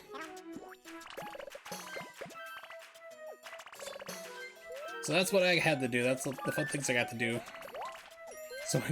So one of my teachers were like, you know everything here about this, like, why are you doing this? Like, what is your problem? I was like, sorry, this is the game you get to play along with me. And I was like so burned out on school for the longest time that I literally it took me years. It wasn't until I was working my last terrible job for DirecTV that finally broke me and said, okay, I'm tired of being a supervisor for call centers and being hired and fired just like everybody else. I am just as expendable as the new person who walks in the door, and I'm a supervisor, and I'm still getting fired and laid off like everybody else. So that's why I said, okay, screw it. And then, like, the entire job broke me too. DirecTV is the worst job I've ever worked my entire life. So it took me like 17 years. Yeah, 17 years after getting out of high school to finally go back and, like, go to college and get a degree. Because I was just so burned out and screwed up by high school, like, entire experience.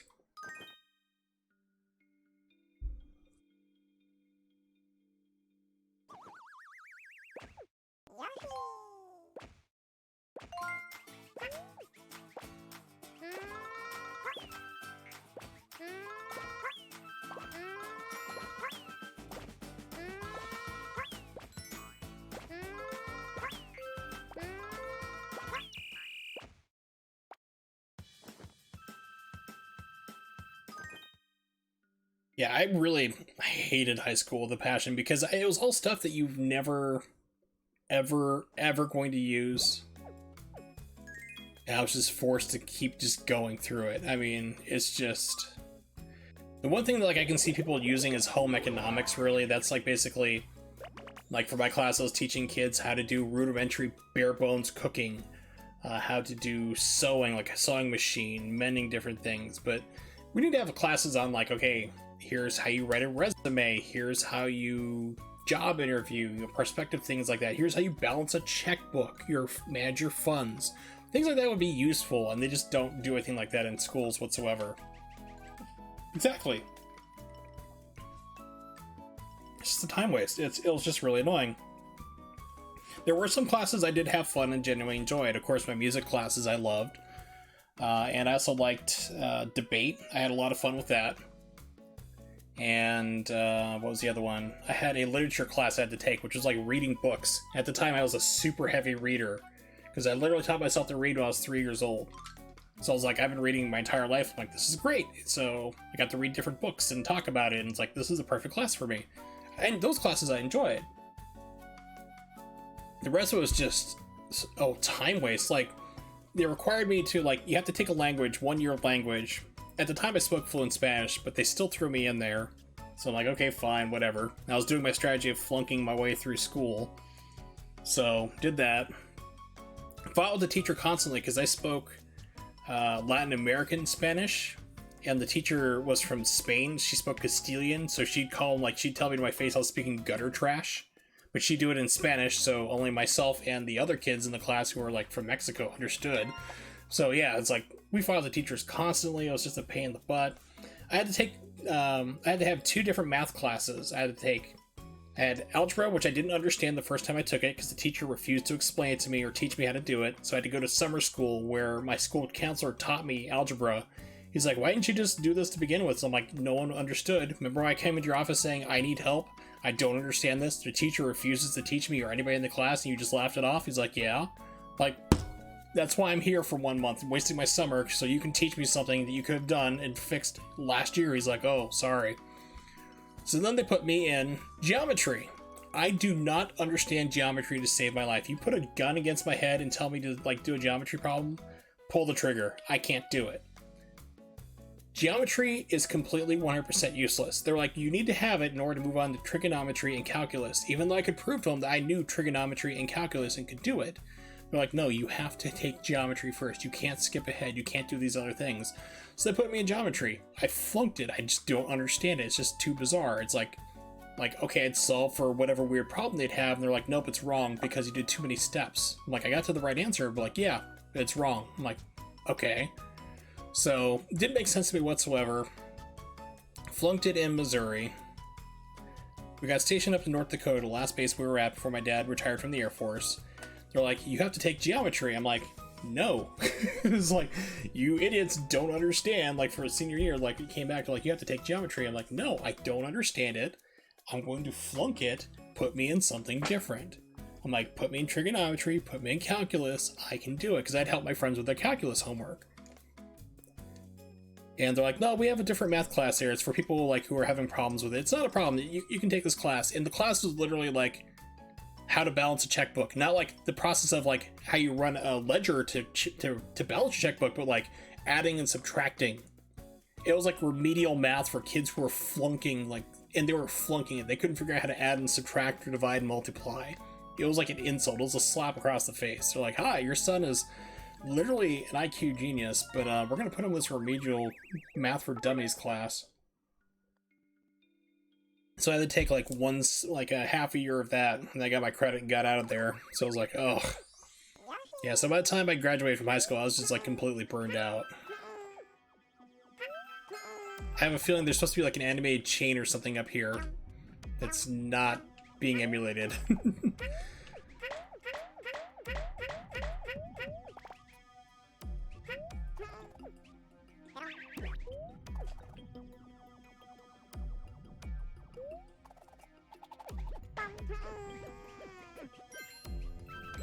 So yeah, high school I say is a complete and total waste for people. If you want to take your GED, drop out and do that, I'm like fully supportive of that measure. Although like GEDs are like given like a stigma in this country, like, oh, you couldn't get through high school. It's like, you know, it's kind of pointless. It's like, it just proves that you still could do it anyway, so there's no problem for me for like if somebody says like, I got a GED and like they're ashamed of it, I'm like, don't be. It's like, you saved yourself time.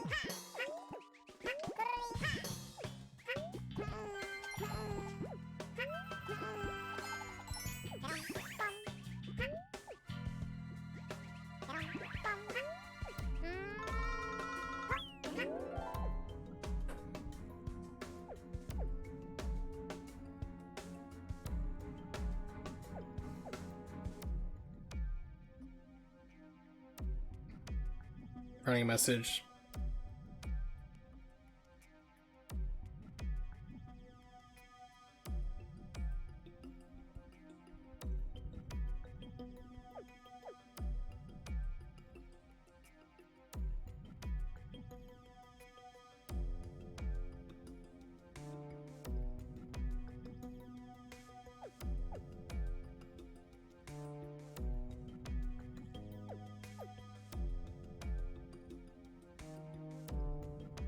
Okay.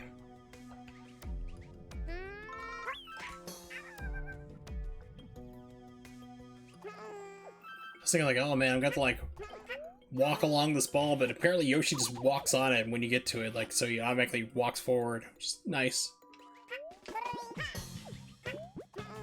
Oh, it's time that jump again and again.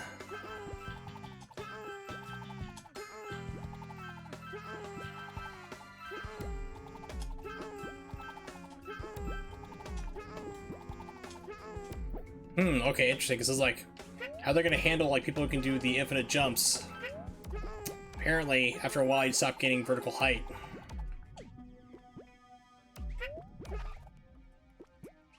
So you can keep fluttering, but you're gonna not gain height on it. Okay, nothing special by killing everybody. Okay.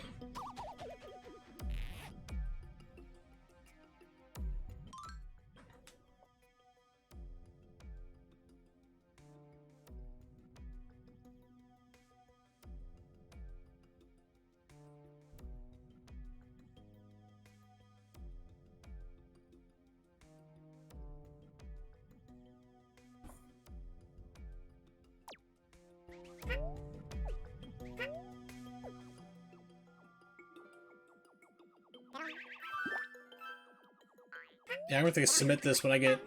If I do a full playthrough of this, to basically make sure it gets updated on the shader cache, because when I downloaded this, I said, oh, it's a full complete shader cache for the entire game, and that's just not the case. As you can still see, like, compiling shader, because nobody's apparently played this far in the game.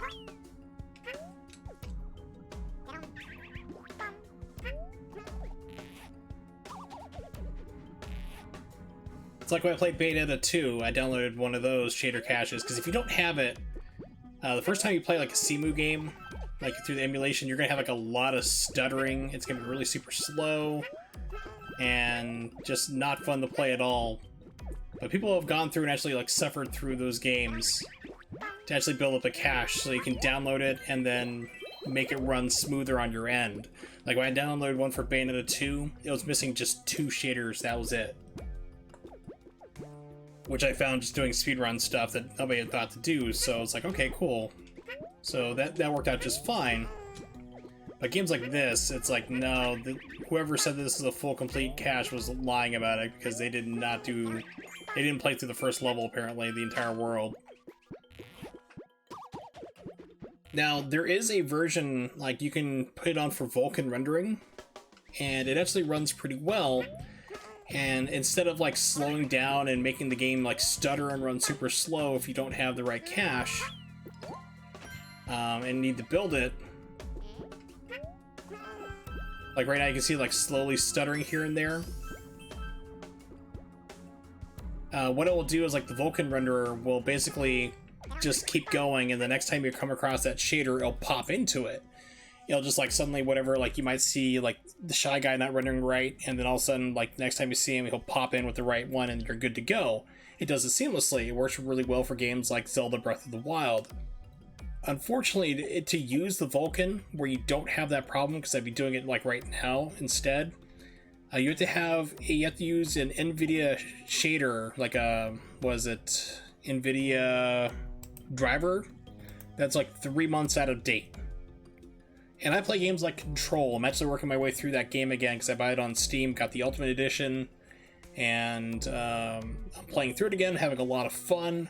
But if you use that one shader that the Cemu needs to run, like to have the Vulkan run perfectly, you can't play Control. It doesn't work. It's like you need to update the game first in order to do this, in order to play this. Sorry, it's not going to work. So, and it's also a security issue having an out-of-date driver to begin with, especially for video, because these things are mini processors, so it's like, oh, come on. Game needs more crying Baby Mario in it. Don't make me come after you, Twellis. I think I was telling you, like, last time I was playing Yoshi's Island, I actually have a hack where they took out the crying Mario. So he just gets knocked off and it's just sound of silence. You hear the countdown going, but you don't hear him crying.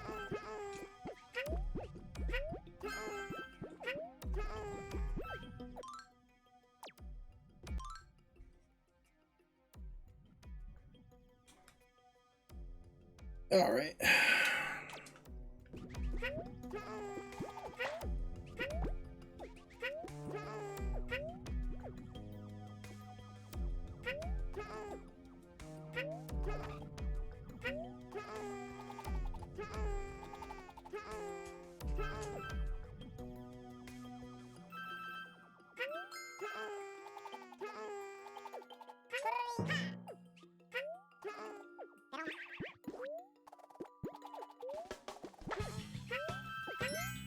They need a crying Mario voice to be replaced with the Tita's Left from Final Fantasy X. Don't be giving people ideas now. We all know who's watching who could be modding that. It's one of the things I really wish I knew how to do, is I know like Super Nintendo was programmed in assembly, but like make a demake of a game, Because, like, you can take certain things, like, well, about 2 or 3 weeks ago, I was doing a Sega Saturn stream. I was playing Mega Man 8, and a lot of those Mega Man 8 assets were actually used in Rockman and Forte, which is a Super Nintendo game. Like, even 3 of the bosses were ported over to that game for the Super Nintendo, so you could, theoretically, you have to make some changes, you could actually make a demake of Mega Man 8 for the Super Nintendo. I'd like to see things like that. I like to see well thought out demakes. That's what I think is like really cool, and that's what I wish I had the programming ability to do, you know, so to figure out how to do things like that and make it happen. But I just don't have that intellect for it. I'm not really a programmer or a coder.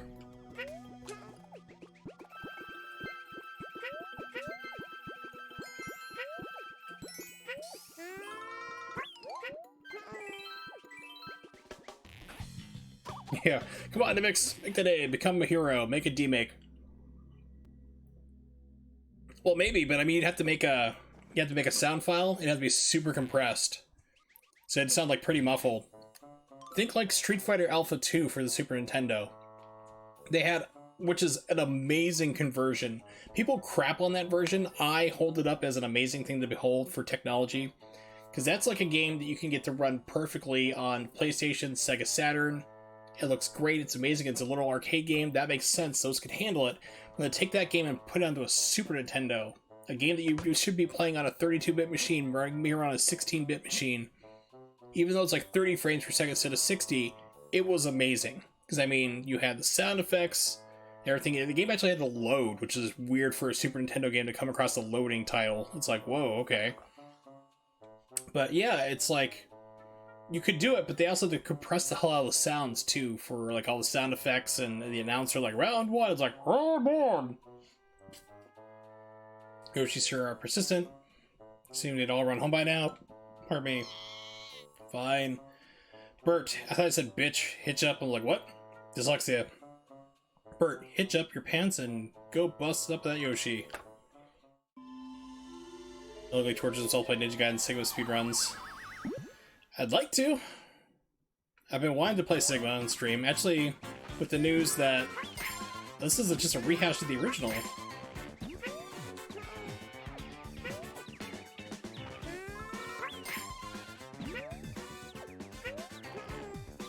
How do I get on top of him? What?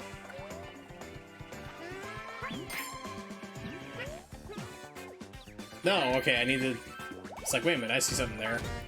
So it's a little bit different there. So yeah, I was actually one of the things I wanted to do if I had a working Elgato was actually play Ninja Gaiden Sigma, because it's rumored, and they had a screenshot of it on a Hong Kong distribution site. It's not like some fly-by-night thing. This is like actually a real known distribution game site that's leaked out information before on other games coming out in the future. Ninja Gaiden, I've been talking about wanting to have those games put onto the PlayStation 4 and the Switch. Looks like it's going to happen. It's the PlayStation 3 versions, which is Ninja Gaiden Sigma, Ninja Gaiden Sigma 2, and Ninja Gaiden 3 Razor's Edge. It's supposed to be coming out March next year for the Nintendo Switch and PlayStation 4. Fingers crossed also a Steam version, because that would be epic. I would love to have it on PC officially. So I was wanting to play like Ninja Gaiden Sigma and Sigma 2 and show those off, because I've been on a real Ninja Gaiden kick. I was learning to... I was rerouting what to do for Ninja Gaiden 3 Razor's Edge, then the Elgato crapped out. So, yeah. So one of the things I wanted to show was, like, the big difference between the two. You know, like, what's the difference between... You know, the like, Ninja Gaiden Black versus Sigma. There's differences.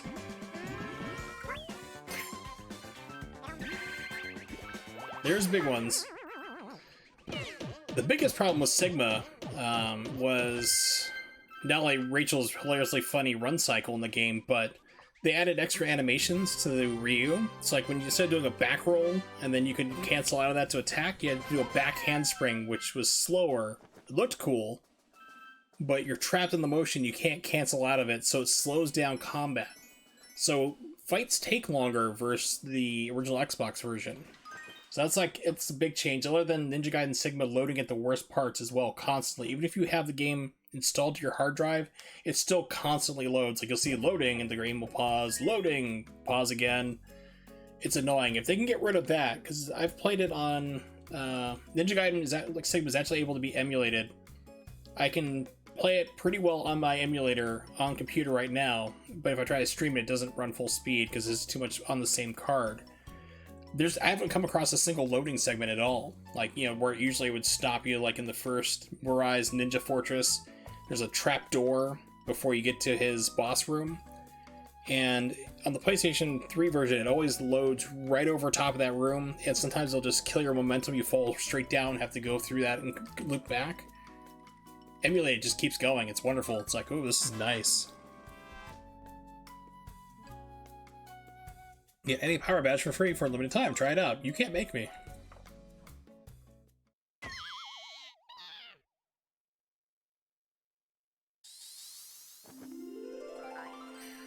A whole new world.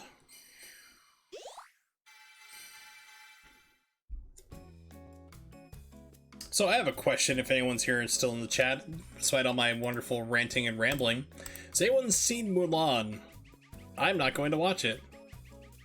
I have not been hearing good things about it. It's just been kind of a travesty from what I've heard. People are like, it's a $30 movie. No, it's a $40 movie here in the United States because you have to pay for Disney Plus, which is like $10 a month. And then you have to buy the movie, which is $30. So you're spending $40 for a movie. This better not become the new standard because people are just going to pirate the hell out of it. That movie's already been pirated. You better believe you can download it for free on certain places on the internet. Quite easily.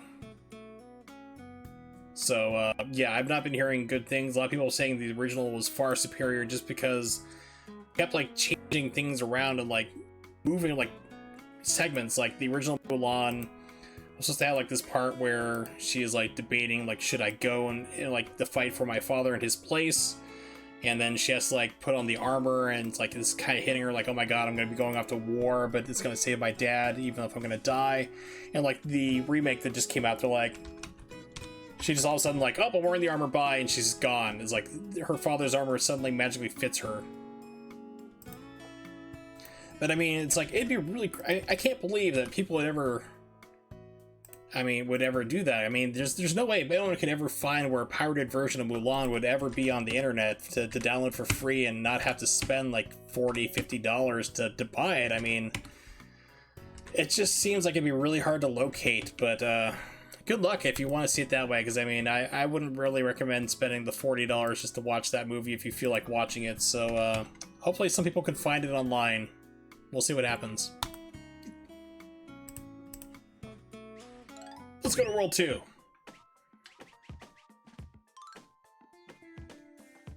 Across the fluttering dunes.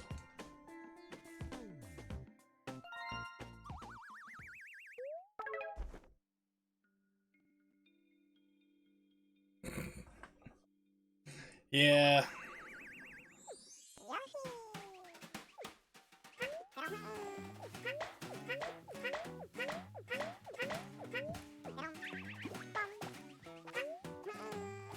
I mean, I can understand them, like, trying to make it a little more realistic, but they turn it into a wushu thing, but, like, literally from everything I've been seeing and, like, reading about it, they turn it into, like, the very definition of a Mary Sue.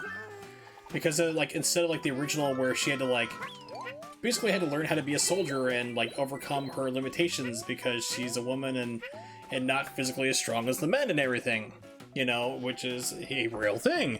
So then she had to, like, get really good and find out how to do it and grow and learn as a person. And then this version of the movie, she's, like, super powered as a child and has to hide it because she's supposed to be a girl, and girls aren't supposed to be like that. And you have to hide your power because men will be jealous. It's like, what? Excuse me? So, yeah, it's already kind of the weird territory to begin with. But she's, like, the perfect person already and has all these superpowers.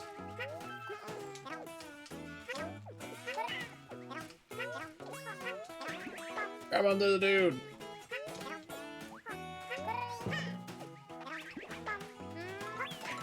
It's like, I will have my revenge. I will have my satisfaction. Yeah, I can understand, like, a wushu film. It's like, you can do it really well. One of my favorite ones is, I think it was like 2001, 2002. maybe 2002, 2003, Jet Li's Hero. That's a really good wushu movie. It's like classic Chinese tale. You got like mystical elements to it. It's great fight choreography and a really interesting story. Because like he's meeting with the Emperor of China, and he's like telling the story like, well, how did you kill this like bad general we've been trying to get rid of? And he's telling these different stories that led him to it. And every single time he tells the story, like one of the versions of it there's a different color scheme for it. And it's just like visually like really amazing to watch. It's like really pretty, but it's also a good movie too and a good story. So if you haven't seen that, definitely check it out.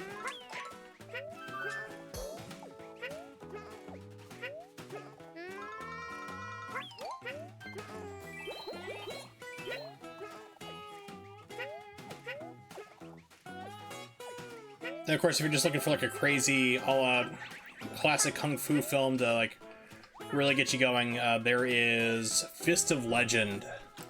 That was the movie that the Wachowskis saw and said, "We gotta get this guy Yen Wu Ping. We need to get him to do our fight choreography for this little movie we're working on called The Matrix."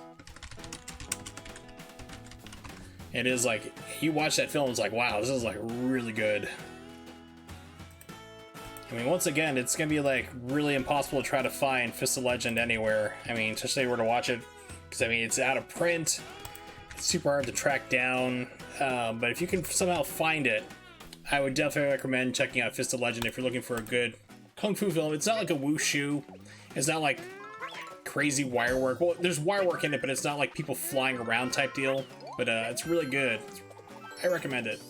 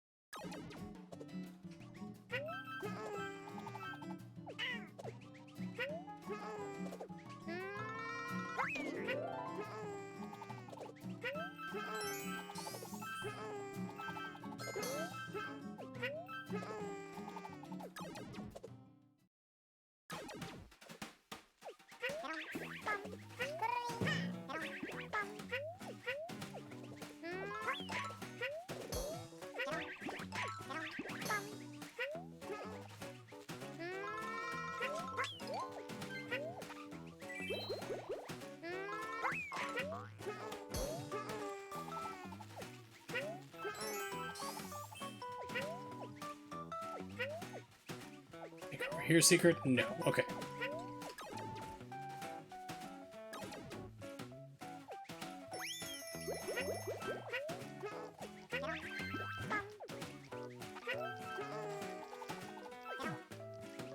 So I thought, I was like, can I even like knock him back at all? Yes.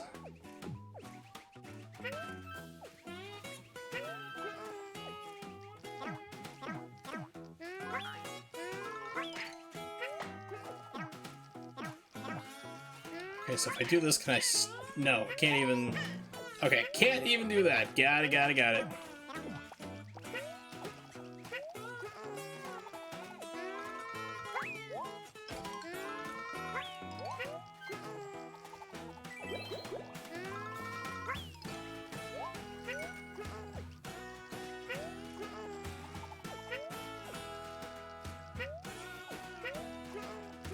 Wait a minute, what?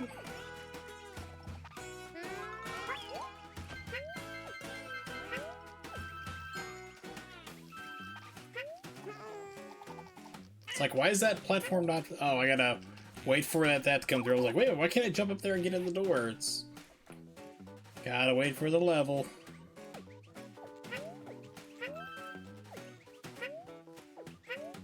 This is this level's gimmick. Hopefully not the entire world is like this, because it's gonna be real annoying real quick.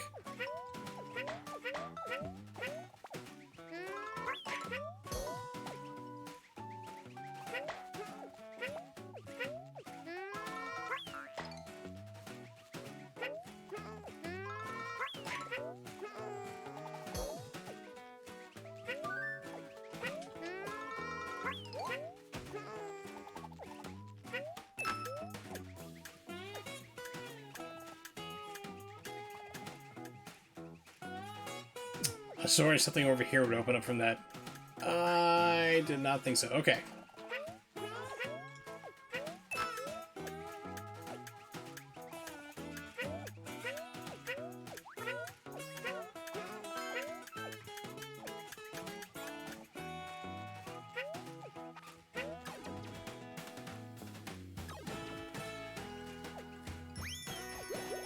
Getting really tired of this 12-bar blues level.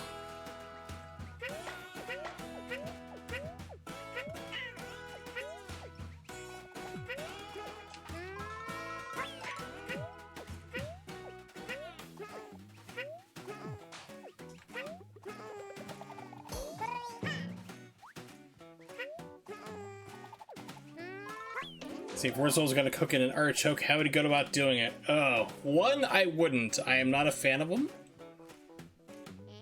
They are way too problematic to do, to get rid of everything there, but I would probably do a water bath. See if I can find a good guide for you to follow.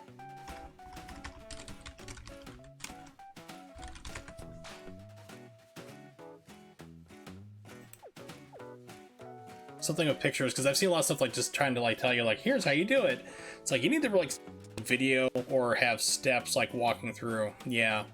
So steam it like water bath type deal, but it's just you gotta be really careful, especially when you're going for the heart, because they call it a choke for a reason because of the spines there. If you don't get rid of every single one of those things, it will get caught in your throat and cause problems. But this is not too bad. This looks like it gives you some good pictures to look at as well. What's edible, what's not. It's just like so much is just inedible.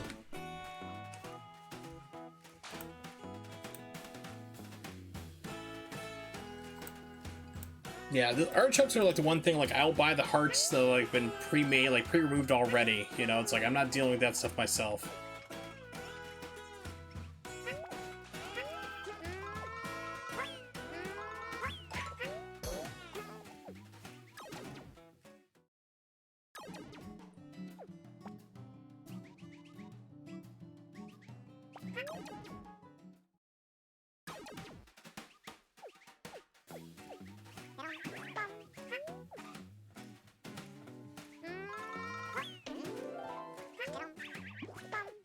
Okay, this is a weird Vertices explosion, but...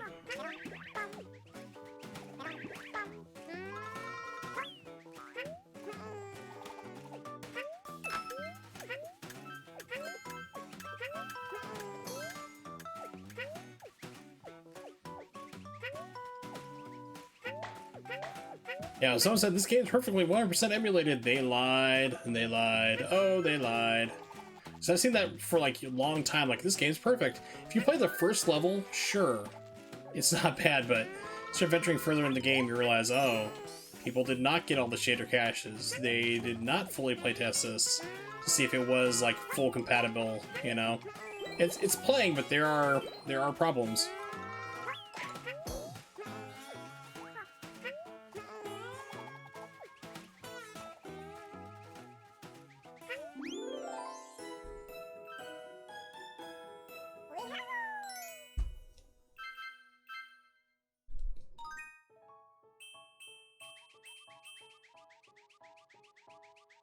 Yeah, I can only think of like what horror it would be to have Rachel Ray try to cook an artichoke. She probably wouldn't remove all the choke at all. Probably just try to pan fry the entire stupid thing in olive oil. I'd imagine she'd do that. It's I can't even like imitate her voice. Like that's like I'm a chain smoker voice that she has.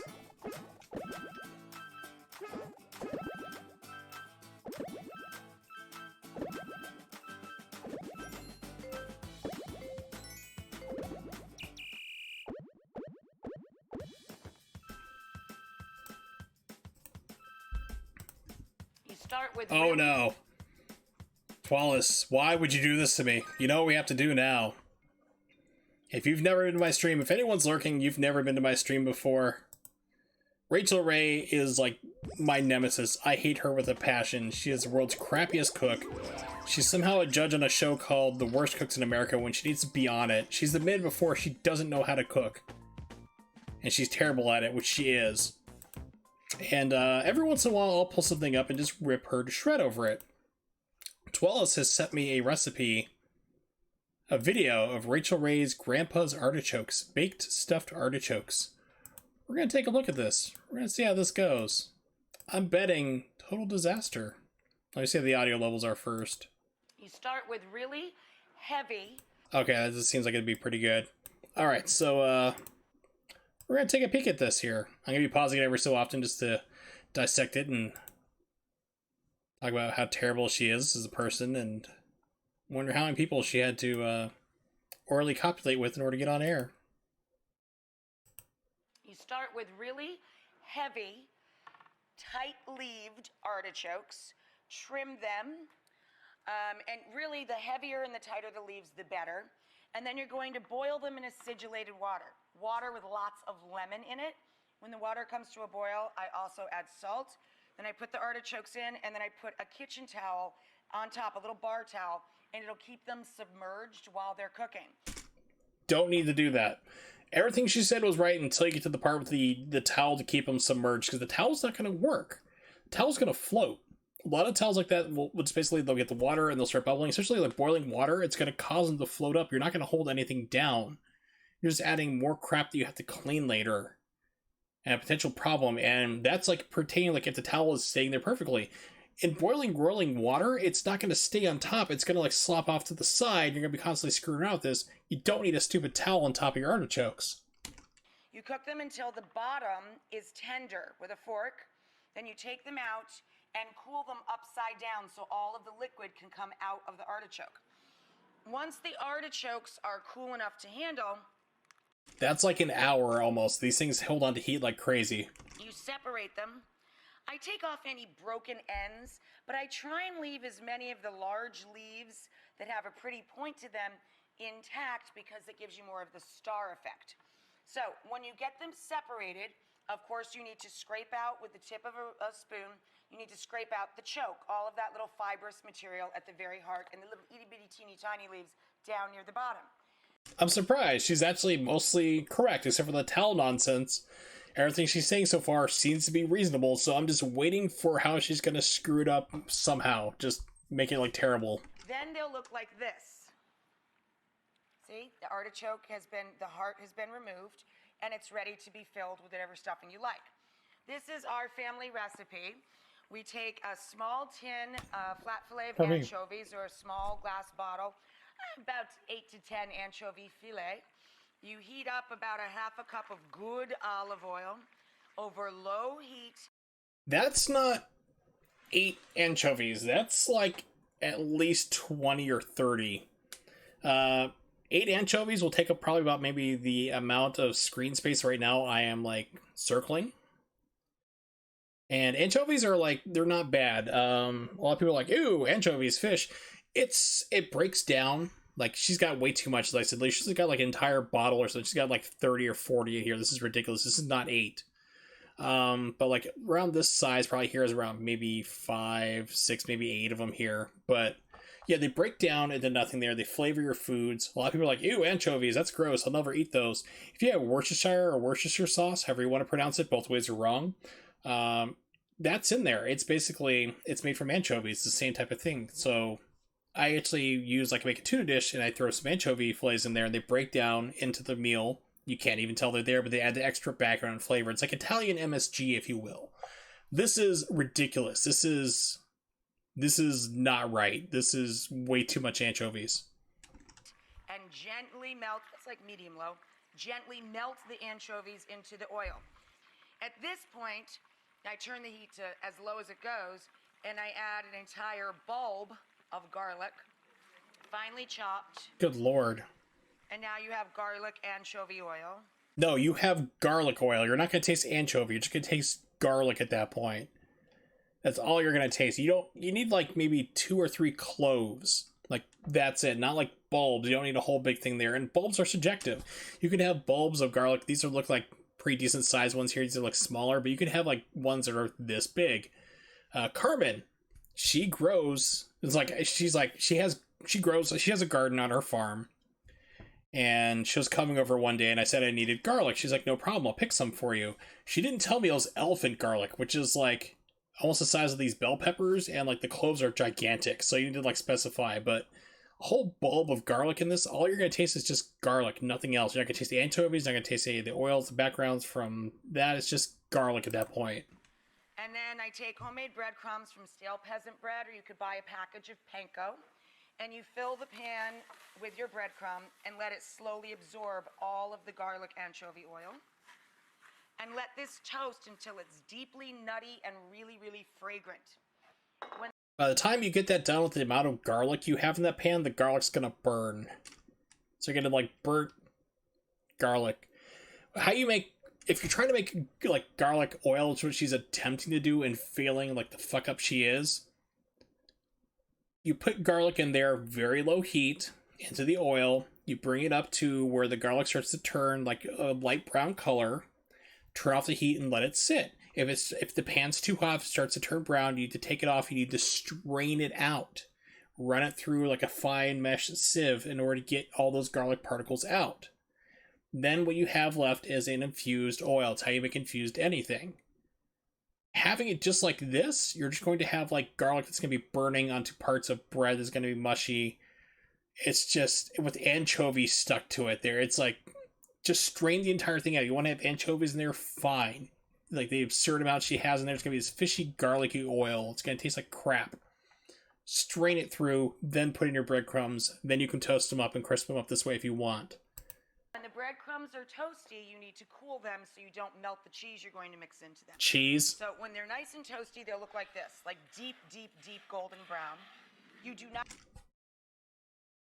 Yeah, these little brown flecks here are... That's burned garlic there. This is like burned garlic. Not really seeing much of the anchovies. That's part of it. Here's a big chunk of anchovy right here that didn't melt down. So yeah, this is going to be a disaster. Not need to salt this, of course, because of the anchovies. It's very salty already. And we're going to now add a ton of grated Parmigiano cheese. I'm clapped because I'm a moron. Okay, so what's the purpose of this? You're making a stuffing? An entire bunch of Italian parsley chopped. Parsley, use very, very little of it. Like maybe from like here to the left, we'll seize this entire pot, especially if it's fresh. If you get too much parsley, it overwhelms something and it tastes like you're eating grass clippings. Like if you cut, like you'll have the same effect with parsley when it gets too strong or too much of it. It's like if you cut your grass and then just eat the grass clippings. That's exactly what this is going to taste like now. Oh my god. And a couple of... I've said it before, I'm saying it again. Rachel Ray does not have functional taste buds. Fat teaspoons of coarse black pepper. You mix all a lot this of pepper together. And then you use a spoon to separate the leaves and fill each and every leaf of this. And then put all your excess... Okay. That's a choke. I told you she wasn't going to clean this stuff out right. I was correct. She's got choke fibers here. She's got it inside. You swallow on this, you're going to have a bad day. You're going to be coughing and reaching for water. Your throat's going to be tickling and burning. It's going to be a bad time. Because she didn't thoroughly clean this thing out. She's got a piece of choke in there. She's got it on the leaves outside. I said, I'm just astounded she's on television. And then put all your excess breadcrumb filling into the center. You need to keep this moist when you're ready to serve. Turn your oven to 425. Put a little bit of chicken stock or even water in the bottom of the dish. You don't need chicken stock. It's not going to absorb that flavor. Just use water. Just to give it moisture. And put another drizzle of really good, fruity, extra virgin olive oil on top to make it kind of come together. And just heat it through in the oven until when you tap the bottom here, if you just turn it gently on its side and you pull a leaf, you can pull the leaf off easily and it's nice and hot through to the core. So I've got one working in the oven and I'll show you how beautiful it is. And I put one out and several people can eat from it as just one appetizer. Everybody just takes a few leaves. But I would say for every 4 to 6 people, do one because they're huge. Like, you don't need one of these per person. Look, it fills an entire casserole dish. That's one artichoke. And look at how much of that stuff stayed in there. Let's see if we can get a better shot. It all fell out because she spread it all too open. You want to have these things tightly packed. Because if not, then you just have it exploding all over the place. I mean, it's a waste at this point. Because, I mean, like, I've seen stuffed artichokes before. You don't stuff it, like, to extreme like this. You just put a couple little pieces down into it, and that's how you do it. And you want to have, like, two in a bowl. You keep them tight together so everything is fine. It develops in the flavors, transfer into a little bit of the leaves that you can eat, because you can't eat almost anything on an artichoke at all. It's like the only part you can eat on an artichoke. Let's see if she does a close-up shot like this. Here we go. Is like this entire leaf is inedible. The only part you can eat is like the very bottom part, and we're talking about like 3 or 4 millimeters, at maybe 3 millimeters total, is tender enough. That's the only part you can eat on an artichoke leaf. That's it. The rest of the stuff is inedible. You don't eat it. You can't eat it. And then, of course, you get the heart inside once you remove all the choke, but we've already seen that she couldn't do that. So you basically stuff it full of crap, breadcrumbs, whatever, and you have like a stuffing that way. You want to make an actual stuffing versus just shoving dry breadcrumbs. So basically, at the end, she's ended up with an exploded artichoke with a whole bunch of dry, burnt out sawdust with cheese, apparently. Stuffing or breadcrumbs, literally. It's not even stuffing, it's breadcrumbs at this point. It's yeah, she started off with some good knowledge, legitimate knowledge on how to prepare an artichoke, and just screwed it again because she's Rachel Ray. That's why I hate her. Alright, let's see. What did I list out on here? What I just returned to. Is she fat? Kind of. They don't use it, but don't they use anchovies in Caesar dressing? They do. That is correct. Nimics. They do use anchovies in Caesar dressing as well. So anchovies in the oil, then oil. Yes, exactly. Meshes in an implant. You probably need one if you keep eating her food. Yeah, I need one of those things I can just draw around instead of using my mouse. That'd be easier. But if she eats the stuff, she'll probably have more rank poop smell ever. I don't know. I don't think she has functioning taste buds or smell receptors. So, yeah, probably. They're highly packed. She seems to have packed it down her torso. Haha! Zing! So, yeah, that's why I do not like Rachel Ray whatsoever. She's just a twat of unspeakable levels. And I've said it before, I try to keep my stream PG, but it's like, I don't know how many dicks she had to suck to get on television, because she is not a good cook.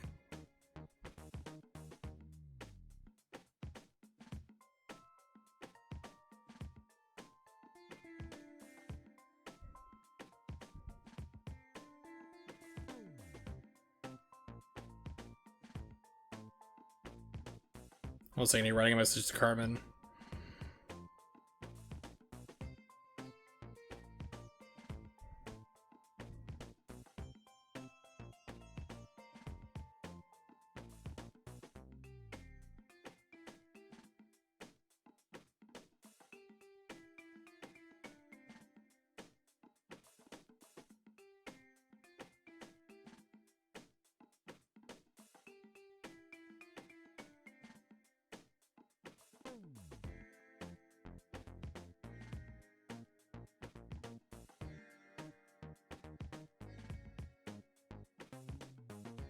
Okay. Horsel says Dickie means Richard. Yes, like Little Richard. I don't know, but back when my brother, not Tim, but Chris, was in high school, I have two brothers. Chris was in high school, and he was friends with a guy named Richard Staines, and he didn't go by Richard, he went by Dick. So his name was Dick Staines. And he just did not understand why people would laugh hysterically when they found out what his name was. Like, he legitimately did not get the joke. Like, no one ever explained it to him. He's like, what? My name's Dick Staines. It's like...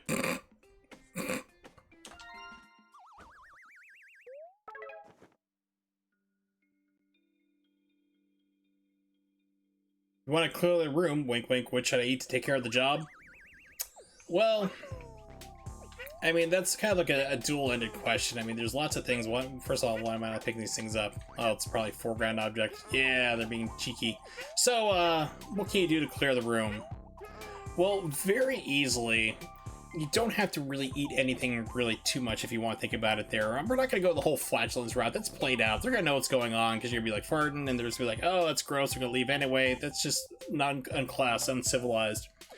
So what you do is get yourself on some corpse fruit, okay? Invite friends over, family, whoever, local mayor to a dinner at your house.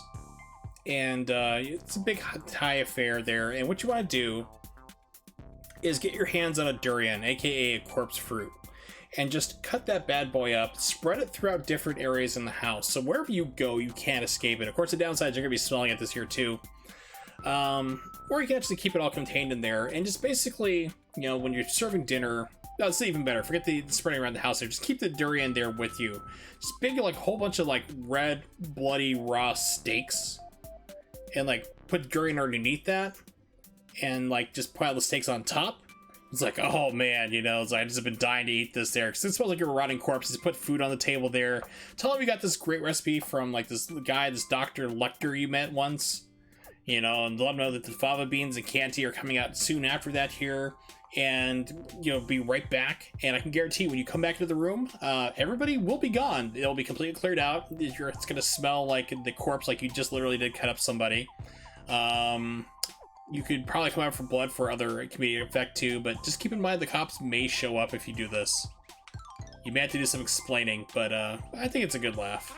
It's a good way to clear out the house without having to, like, cause your own flatulence problems and live with that for a while too.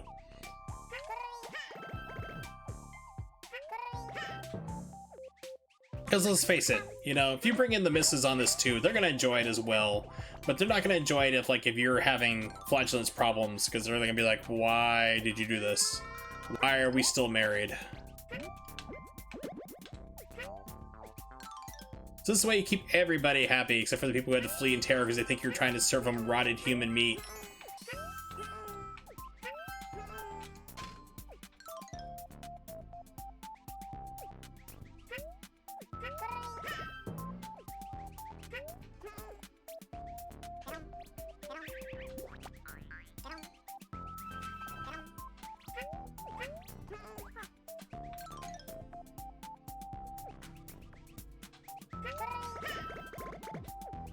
Oh, okay, I think we've met our match here.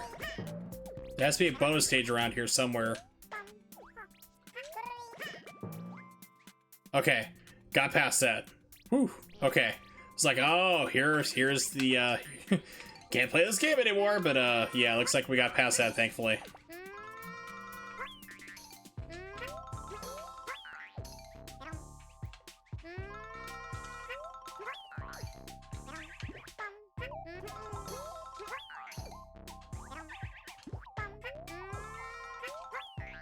There we go.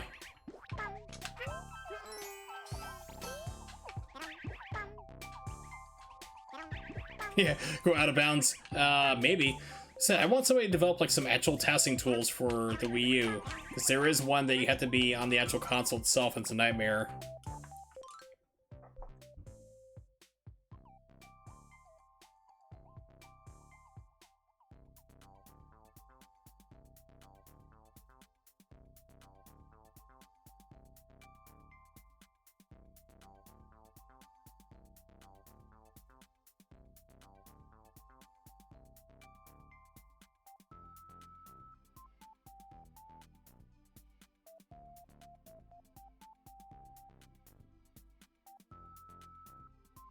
All right.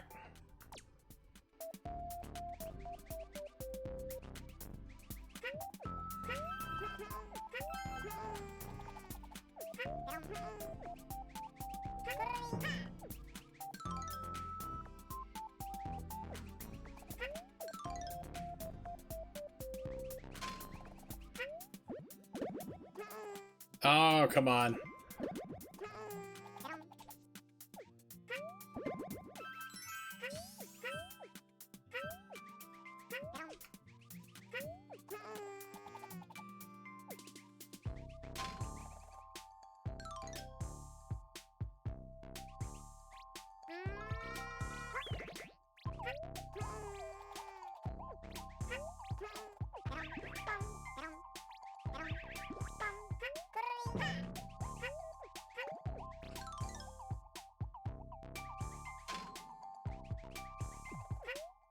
Okay, so like there's gotta be a way out of here. So usually this seems to be freaking out if there's like a... There it is, there's the bonus room. Wherever there's a bonus room, it seems to screw up things like this really bad. It's where you encounter these wild vertices explosions. Ball Yoshi! Dig through the smudgy earth with Y.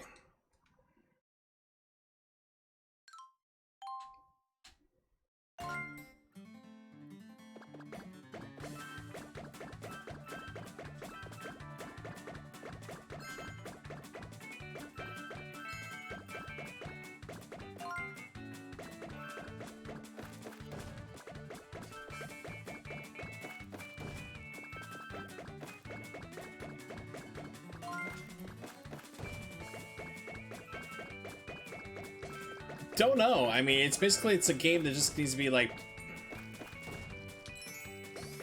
It just needs to have like a different version of Simu come out, basically. I haven't tried it on the newest version that came out today, which is 1.21.2b, I think. I'm playing on 1.19, because when I tried it the other day, it was like, you couldn't even like... When it started glitching up like that graphics before I went to that bonus level, it was like, couldn't even go through the door to get out of it, so I was stuck. So it just basically needs to have emulation improve. There was a game, Donkey Kong Country, one of the Donkey Kong games for the Wii U, had that same problem for probably about a year until the emulator improved and they got it fixed, but I don't think people really play this game. So like when I saw like I said, a complete shader cache, which is a total lot because I'm building more stuff, I'm coming across things people didn't do, which you would through normal gameplay. I just don't think people know this is a problem, so I'm gonna see if there's a way I can report to the Simu team and say, hey, listen, this is... Check out my stream, ignore the Rachel Ray ranting part, but like, this is what's happening on these certain levels, like, so they can know to work on it, maybe fix it. It's just basically, it needs to be an emulation problem. It's not a problem with the game itself, it's just the emulator code.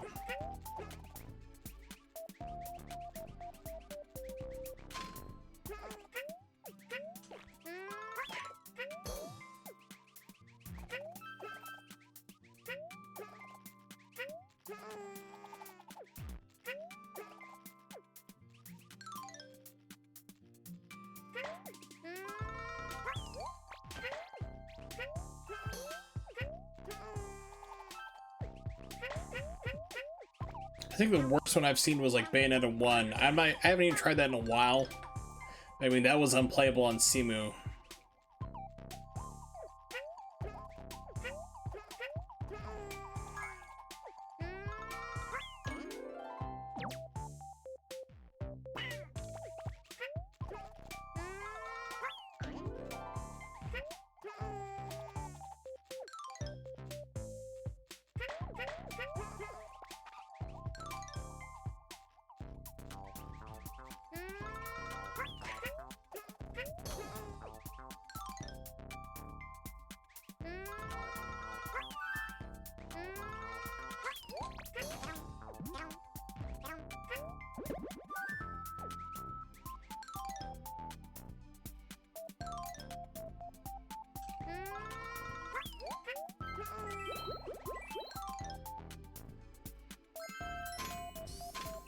Exploding vertices seems to be like the biggest problem that I've found so far with emulation on Simu if it doesn't play a game right. Either like speed problems or... Yeah, it's gonna crush me if I don't go. Speed problems or vertical, like vertices explosions, where you see just weird stuff flying out different directions because the graphics can't handle it.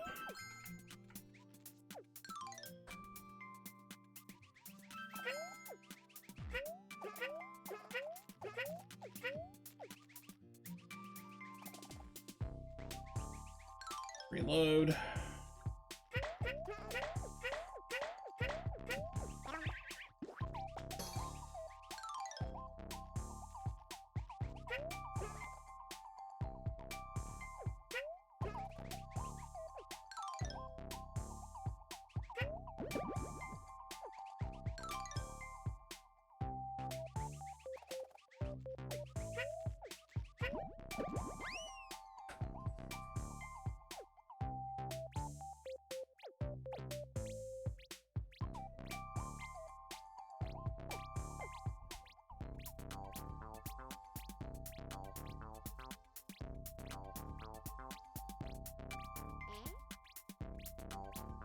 negotiating buying chickens from Carmen.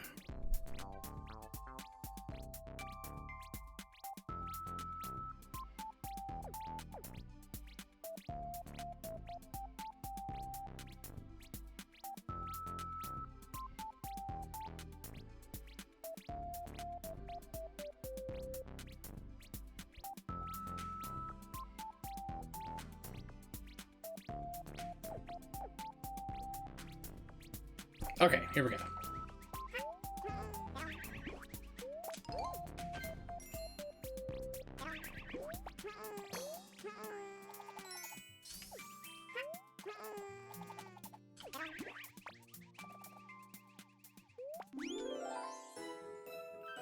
Didn't know if it like go into like a heart or something, or give me something special. So I think it turned into a coin if you did that on Yoshi's Island, but this game does not have coins. So I figured maybe it would be like a gem or something.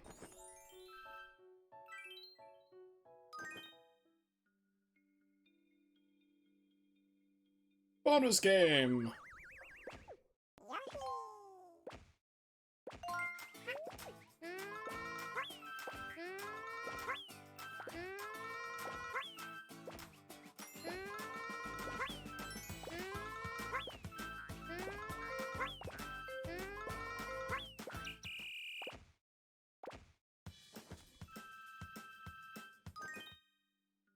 All these gems are supposed to be buying, like, oh, just buy your way through levels. I'm like, nope, it's gonna play it as they are. Take them as it comes.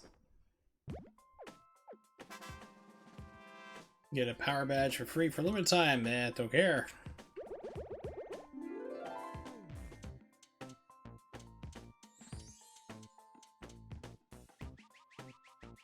I have to say though, still, this game is not like a cakewalk, but still, Yoshi's Island is the best game. Most difficult too. Pardon me, most challenging.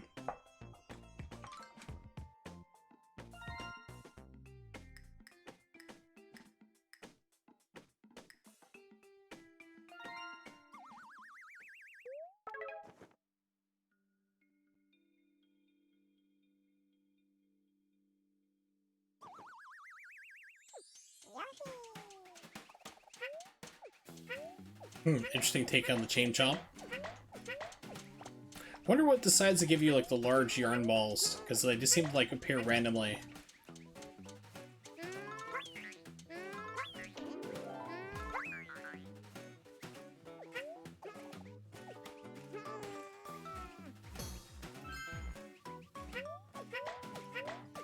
I mean, certain enemies are like a larger and you'll get them that way, but I mean, like, I'm talking like out of these little containers.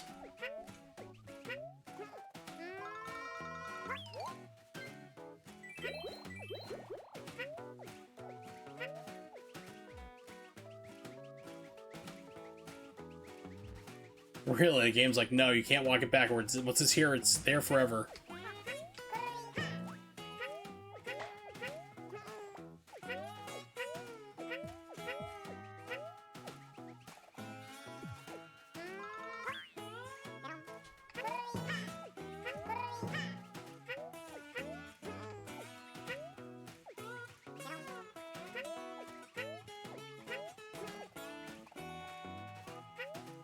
Okay, gotta be something here I'm missing.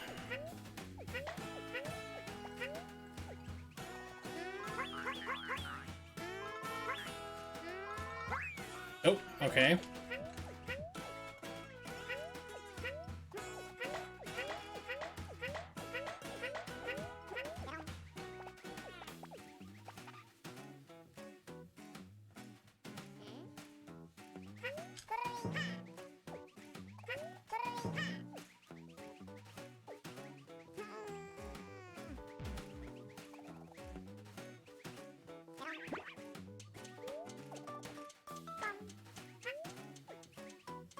Okay, good, it will follow me.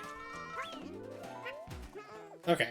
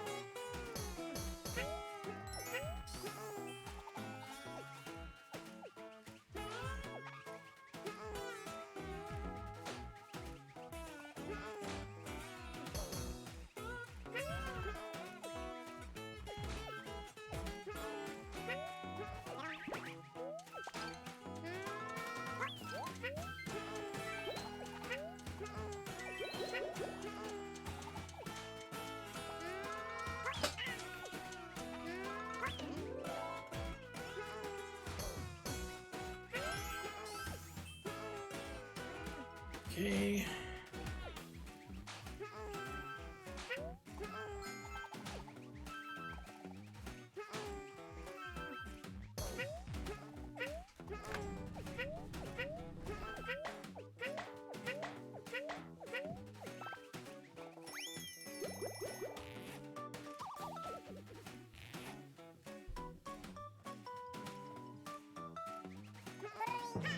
Okay, nothing there. Let's see.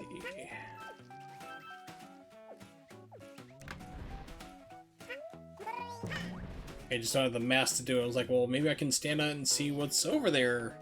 I want to go that way. No. No preview for me.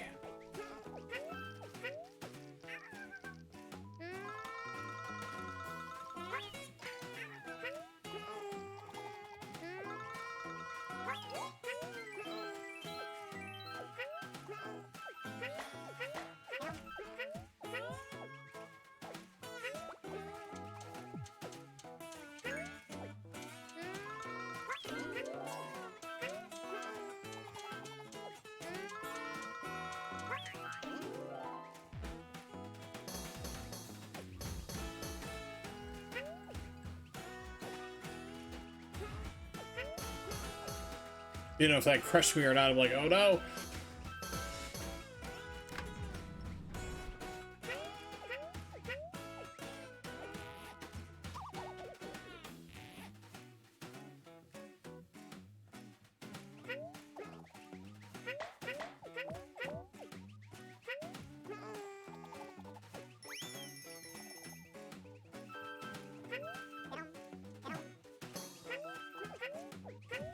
A spiky thing dies with spikes. I hope somebody enjoys that irony.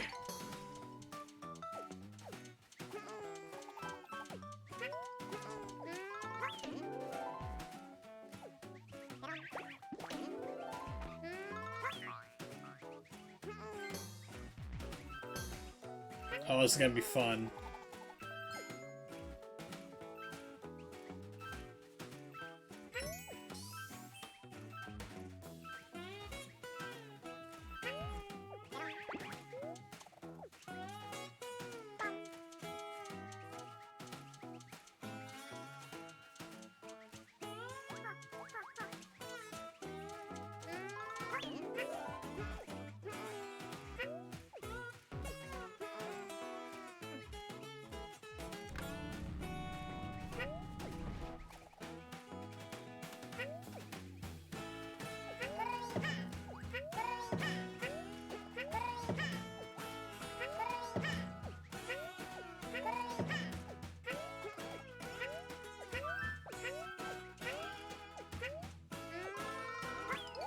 Okay, some great little steps.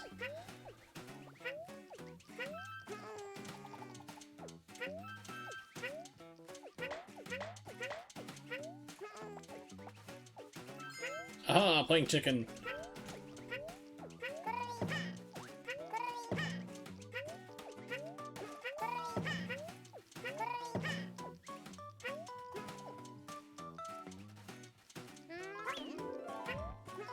I was hoping that would work. I'm like, maybe I can cheat it up here. You can!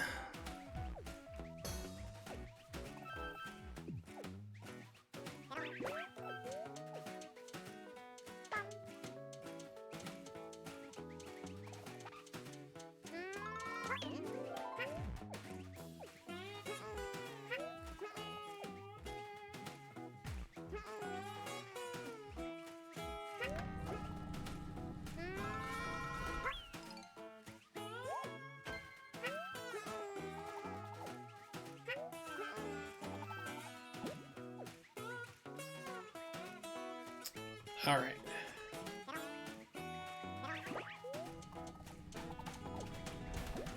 I was trying to do something a little bit different. Like, well, maybe I can try, you know, force my way up and not do something the developer intended, and that's a no.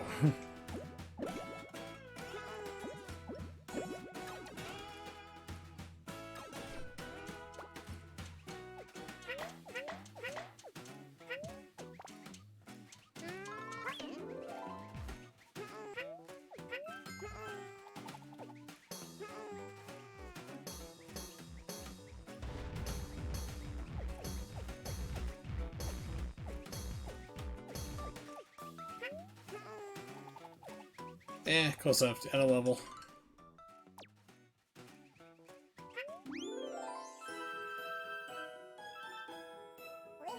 So, the next stream I'm going to be doing, let's see, should be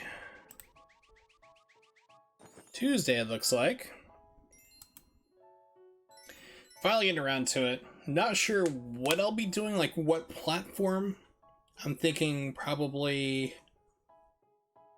I might try out some Saturn emulation. I need to test it, because I really want to do this on the actual Saturn itself, because a lot of games run on it.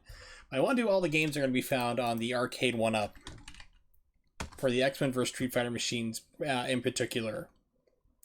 So it's basically, it'd be X-Men vs. Street Fighter, X-Men Children of the Atom, Marvel vs. Capcom, Mutant Apocalypse, which is actually a Super Nintendo game. Let's see what else is there. Marvel Superheroes vs. Street Fighter. Basically everything on here, and yeah, it's great, because I mean, for literally X-Men vs. Street Fighter, Marvel vs. Superheroes, Children of the Atom, and okay, let me do this in order because I'm getting lost. Marvel Superheroes, X-Men vs. Street Fighter, Marvel Superheroes vs. Street Fighter, and X-Men Children of the Atom. 4 of those games, like out of the 5 that come on the arcade 1-up, are on the Sega Saturn. So basically I want to go through and I'll play all those games, and then the other one is a Super Nintendo game. But I'll play those games on stream, just run through and play them. I'm not sure if I want to do the Sega Saturn version. I'll see if those emulate. But I do like the Saturn versions, or I can just play the arcade versions. I'll figure it out. But that's going to be the next stream on Tuesday.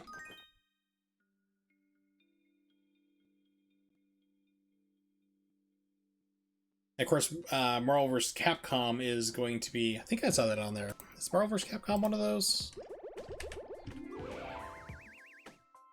That'd be a Dreamcast. Yeah, Marvel vs. Capcom, which it was an arcade. I remember playing the arcade before it came out on Dreamcast. I probably played the Dreamcast version, which is 100% perfectly emulated once again.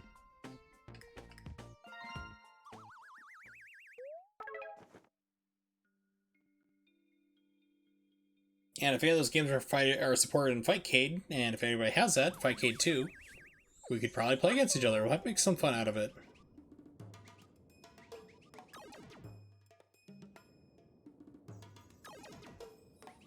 We're seeing Koopas for the first time.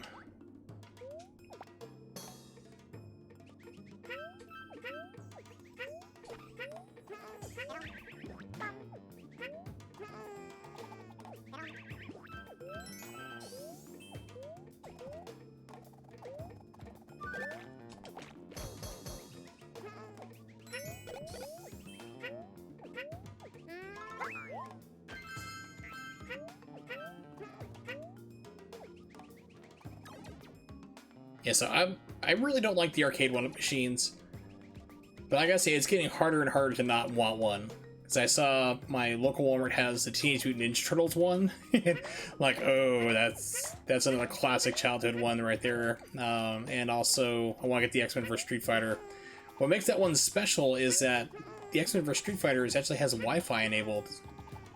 There's no word if it's like GGPO, which is what powers Fightcade.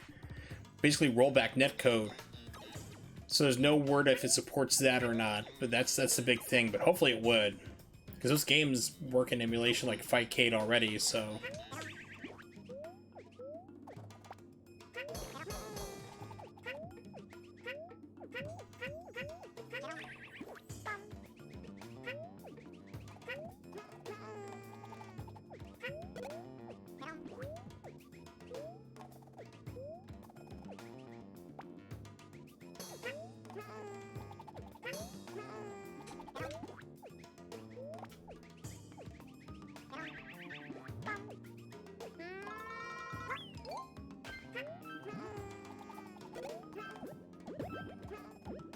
can I take...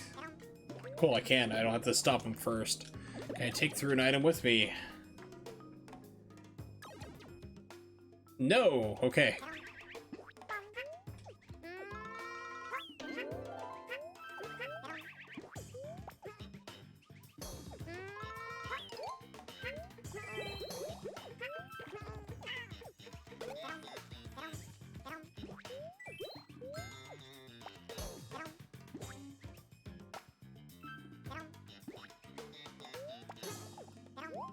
Okay, so that just destroys them there. So if they make a collision with the clouds, I guess we'll call them, questionnaire clouds, then they're destroyed.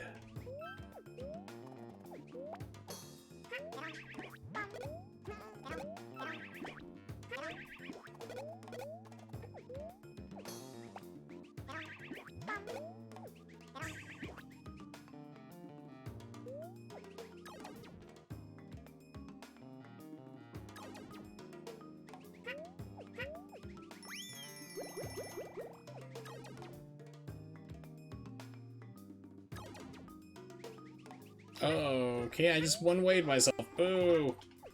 It's like, oh, now I'll go back and see where that red one went. No, red ones you can't go into. Those are enemy spawners. Okay, never mind. It's like I was thinking, oh, crud, I can't go back and explore now, but there's nothing to do.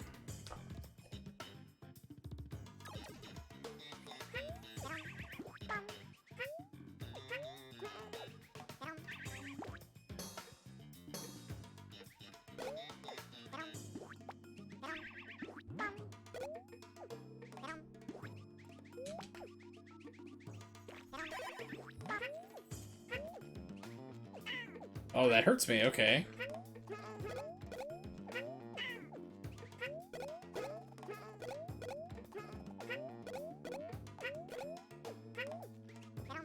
Okay, I can't pick that up. Try to see if I can like pick it up and carry it somewhere if it's like a secret or add to my collection that way.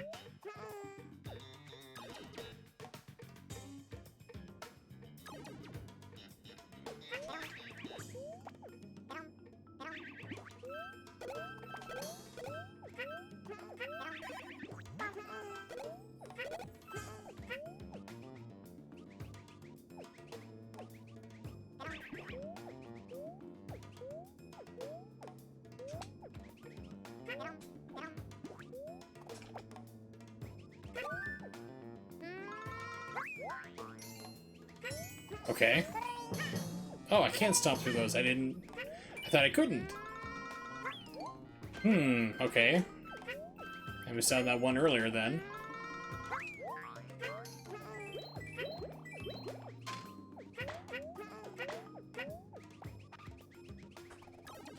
And I think I just leveled through, like, or, yeah, I wrapped down back to the first part of the level, but I had the keys, so we're all good. Making that progress.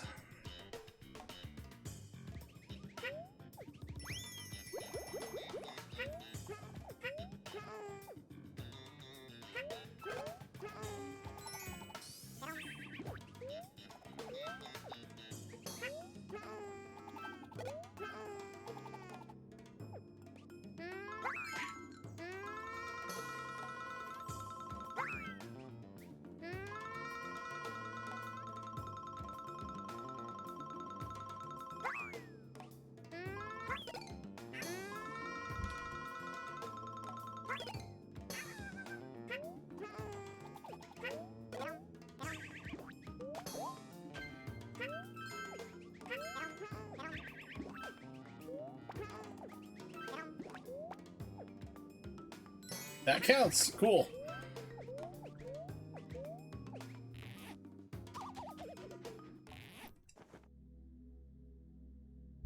think it's a boss, because usually red doors are boss doors.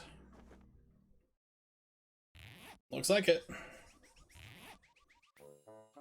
Ooh, I just have another game I want to play. Kirby. Kirby 64 is a lot of fun. So many games I want to play, and I have to do it emulated. Still think you can mess with my plans as far as you go. Notwing, you're up. Swoop in from above and squish that Yoshi.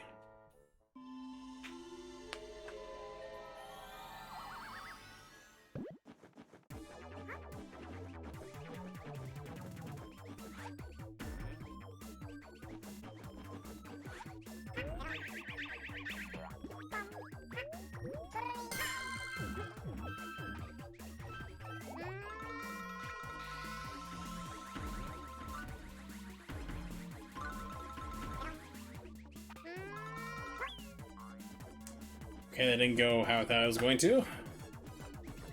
Obviously.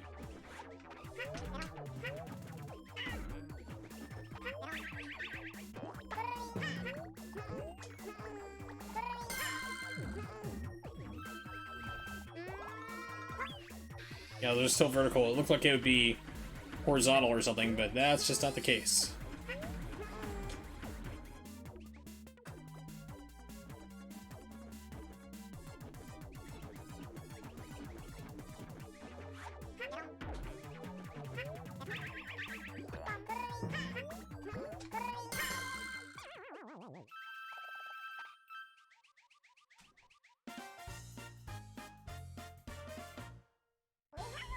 Hey, it's Ronnie! Yes, it is Wurzel Day. What's up? Hope you're doing well. You tend to be, so that's good.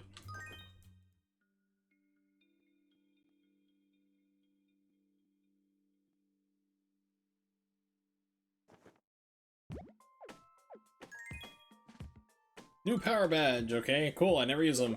Got help from Lady Lauren's, doing well, that's good.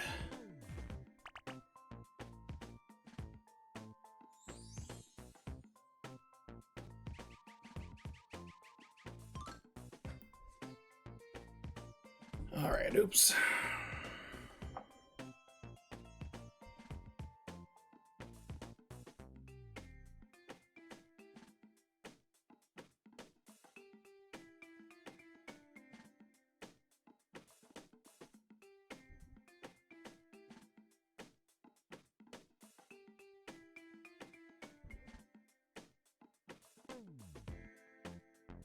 Typing a message.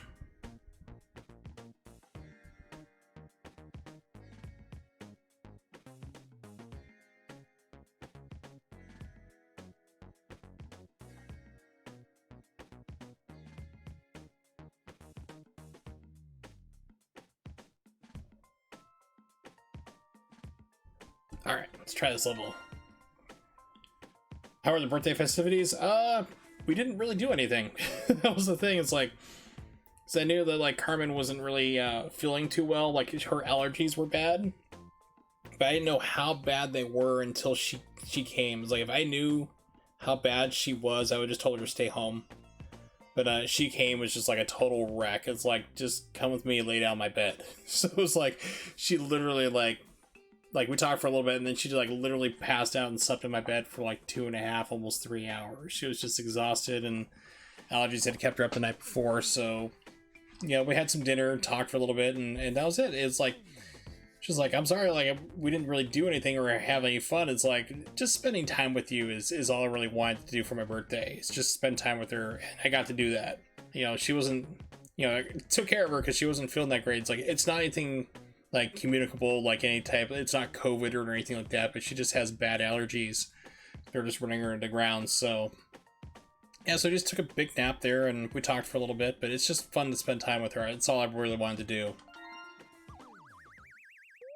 So like, no party, no cake, no nothing, no pie. Yeah, it's just like, it's my typical birthday, except for she remembered.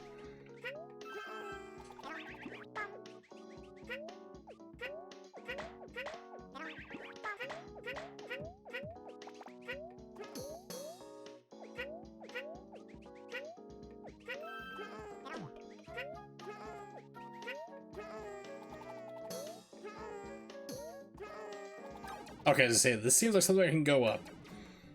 And I'm correct. Okay. There we go.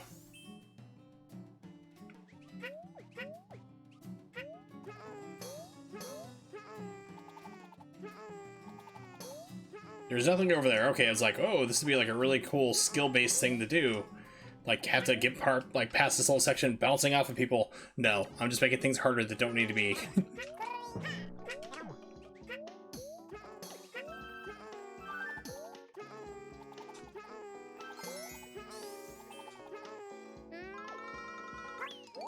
That's how I roll. So yes, the next stream is going to be all the games you can get on the X-Men vs Street Fighter arcade one-up, which is getting so much harder to not want one of those.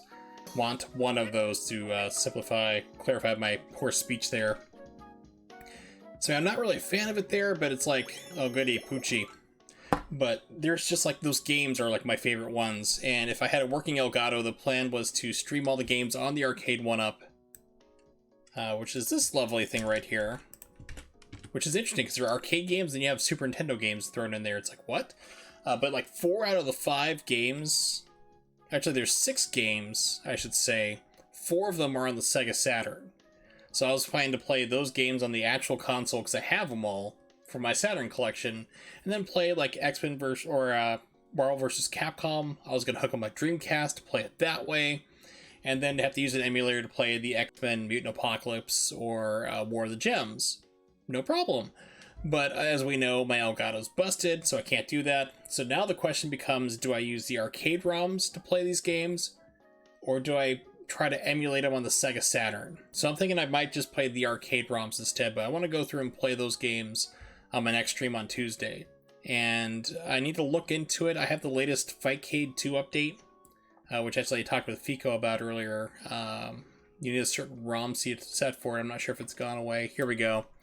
So if you have access to Fightcade 2, just Google for that. That's the current dump you need. It's like 14.8 gigabytes. But it has everything. And what I like about it is also has Street Fighter the movie, the arcade game, now works on Fightcade 2, which is awesome. So I need to start playing that against other people and getting crushed. The jankiest Street Fighter game ever made. But yeah, so that's next year. I'm thinking I'm probably just going to do, probably just going to do the arcade ROMs. I don't know if they're on the Fightcade or not, though, so...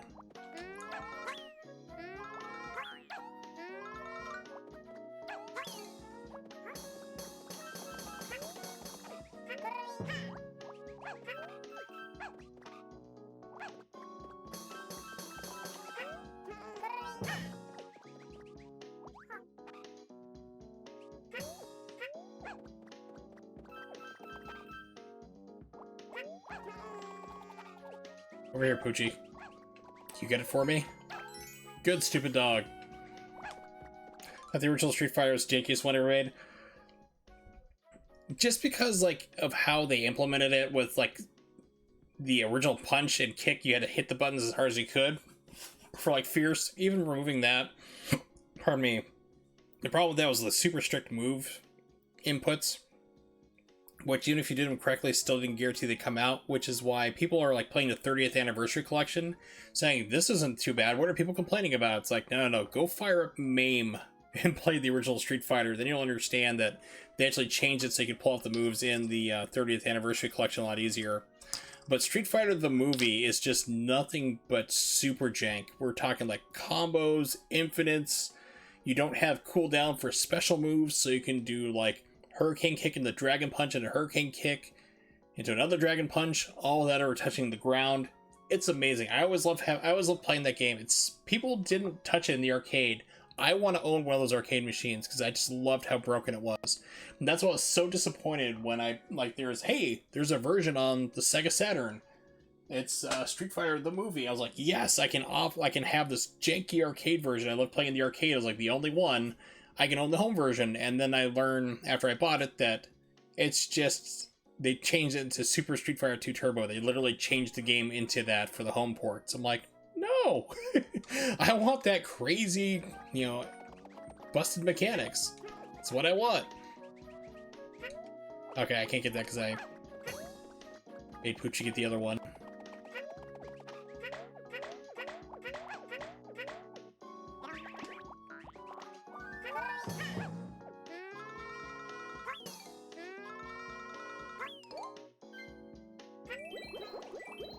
So Street Fighter the arcade, Street Fighter the movie the arcade is now available on Fightcade 2. It works for that, which means you have GGBO connections.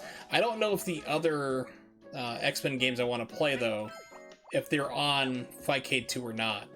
So I need to look into that after stream.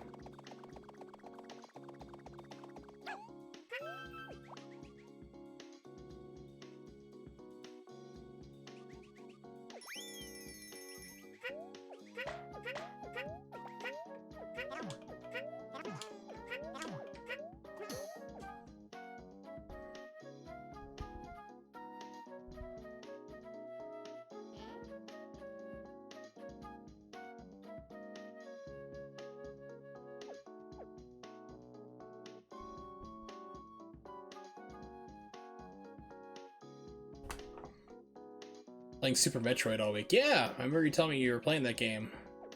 We actually discussed that earlier because Fico bought himself a... Oh, that was clutch. He bought himself a Switch and has been playing pretty much all the Super Nintendo and Nintendo games that you get with the Switch Online service. Which I need to make sure does not renew for me. I need to take care of that too for the end of the month. These fill in if you shoot through? No. So yeah, it's like Super Metroid is a fun game. I like it. If you were gonna collect it for the actual Super Nintendo, get yourself the Super Famicom version because it's the exact same version as the North American version. And at like a fourth of the cost. It's insane. The Japanese version even defaults to English as its main options. Like, you have to go and purposely change it to Japanese. And all that does is just puts Japanese subtitles underneath certain things, like the opening text scroll, where you find out what's happened since Metroid 2 on the Game Boy. That just has Japanese subtitles underneath, like the English ones are built in there. So it's literally the same game. Even if you take the American version and turn on the Japanese version, bam, you're good. It's the same thing.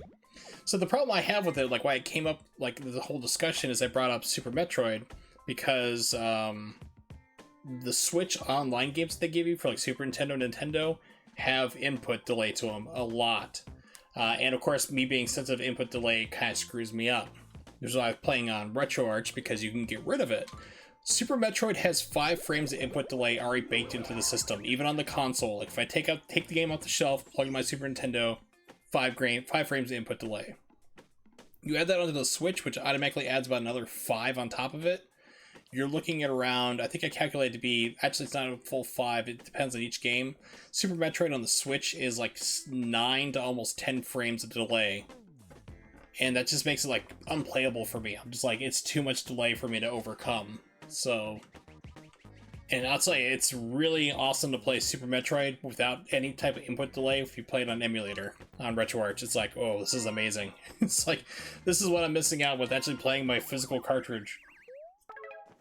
Like a sucker owning the real thing.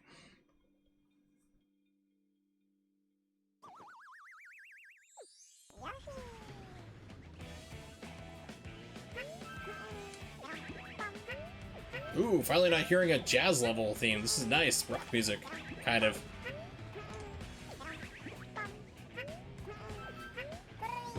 It's almost like a Black Sabbath-ish in parts.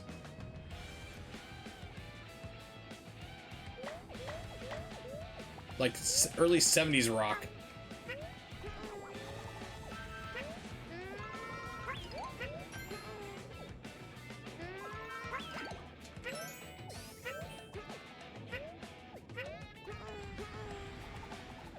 Part Sabbath, part Zeppelin. Pretty cool. Hey, Evil Agent Carmen, what's up? Hopefully you're feeling better. Yeah, I like this is interesting because I've been hearing like 8 and 12 bar jazz the entire time, or blues. I'm like, oh my god, I'm getting tired of this. And it's like, let's kick up the music a little bit. It's like, finally, something more energetic.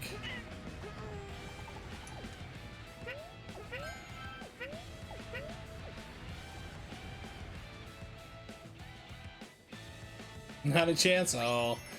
Well, Twilight earlier was saying he wants to, do a co-op stream with me and play Revolution X. I said, like, when I offered that the other day, you almost broke up with me, so... So when are we gonna do it?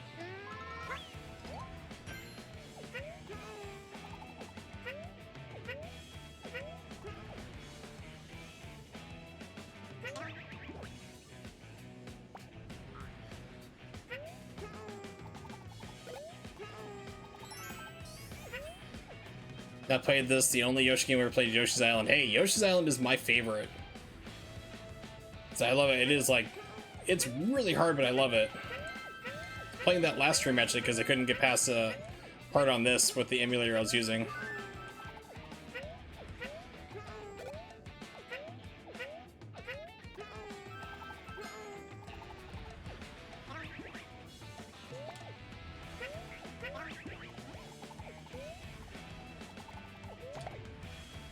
Oh, that's what they do with those. Okay. like, oh, knitting hook. They're just gonna slowly try to stab me? Or I'm like, oh, that's what it's for.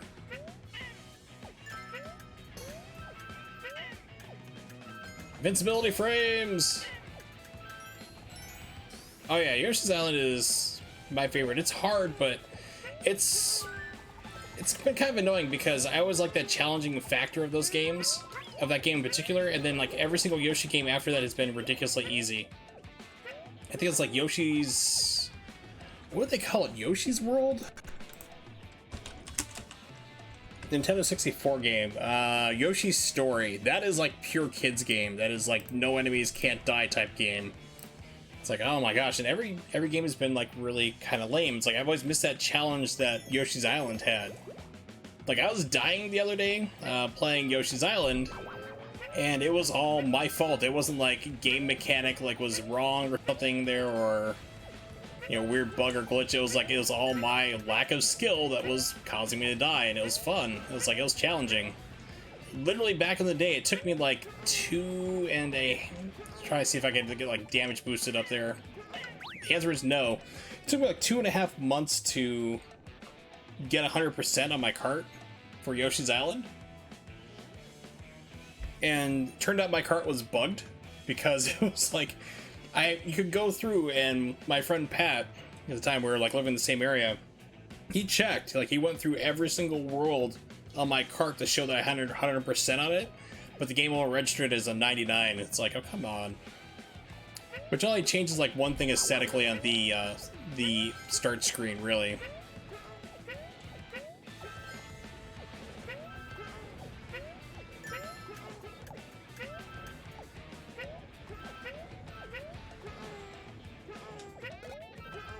There we go.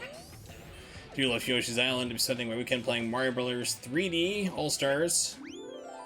Get it while you can before it becomes digitally delisted because Nintendo's a bunch of jerks.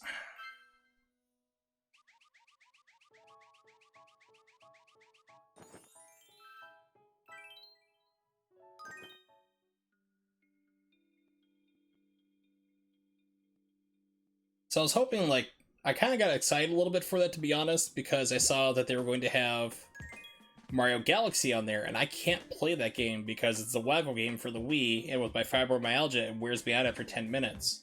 Just as ridiculous as, like, only moving my wrist around like that, it kills me. It's like, oh, cool, maybe they figured out a way how to do the game without having to waggle around, like, maybe use the right analog stick to move around instead, but, like, no, you still have to pull out the Joy-Cons and wiggle them around like a Wiimote. It's like, oh, that stinks.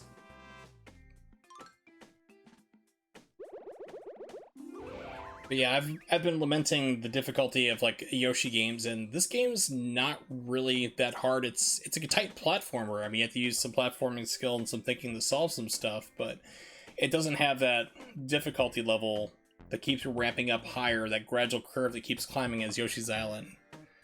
Or if you have the Famicom version like I do, Yoshi's Island. That's just like Super Mario Brothers 4. It's got a different title. Let me take a look at it real quick. Got it. No, it's just Super Mario Brothers Yoshi's Island. That's what it says there. Because I remember Super Mario World was called Super Mario Brothers 4 in Japan. Subtitled Mario World. Haven't played Sunshine, which should be interesting. I really do not like Sunshine. Sunshine is a game that I pull out every like 5 years or so and try to play and see if my opinion will change. And it doesn't. I just do not like it whatsoever. I have to play it on emulator because the actual GameCube is just like too long of a pull of a trigger for the GameCube controllers. But of course, if you're using an Xbox One controller like I'm using right now, it's not too bad. But yeah, Sunshine I did not like. I felt like personally it was a step back from what you had in the amazing Mario 64, which is for me still one of my favorite Mario games. Like if I had to, it's probably a tie between best Mario game would be Mario 64 and Super Mario World, because both of those are launch games. If you think about it, it's like they're crazy, really great games. But yeah, I'm with Evil Agent Carmen, like, I did not like Sunshine whatsoever. I was disappointed. It was like a step back, because you have all this mobility, like long jump and all these crazy things from Mario 64, and they're stripped away from you to use this kind of wonky spraying device, which doesn't quite work out too well. Hopefully they'll make a life improvement or change of quality, whatever you want to call it, where they update the game for modern sensibilities, because everything was like a one-stick game on there. You had to press, I think, hold in the L button to do like first-person aiming, and then use the left analog stick to aim, and then right to spray. Hopefully they'll make it like dual sticks, so you just hit the button, or, you know, hold down the trigger and then use the right analog stick to aim. That'd be a lot easier, but I did not like it. If you want to hear me rage at a game, I can definitely do that with Sunshine.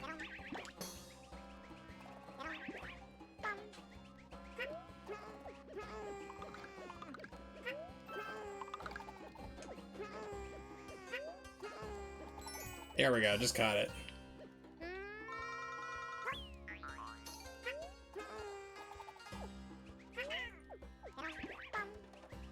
Can I burn these people?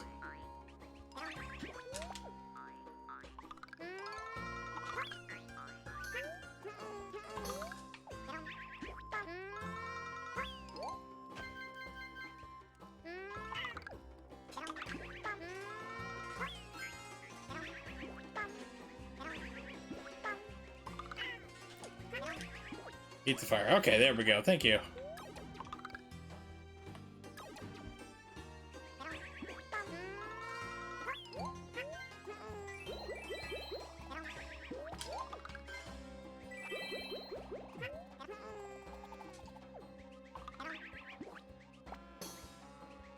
Is there anything special up here?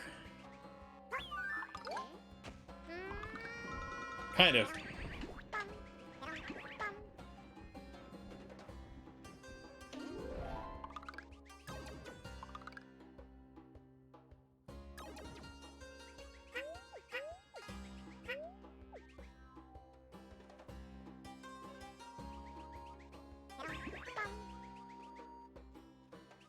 Yeah, I'm guessing there's supposed to be, like, some kind of string here that's not really emulating correctly. It's like, oh, we just got floating yarn balls. Yeah, like I said, this has kind of been bothering me all night. Like, oh, it's a full complete shader. It's like, no, it's not. You lied.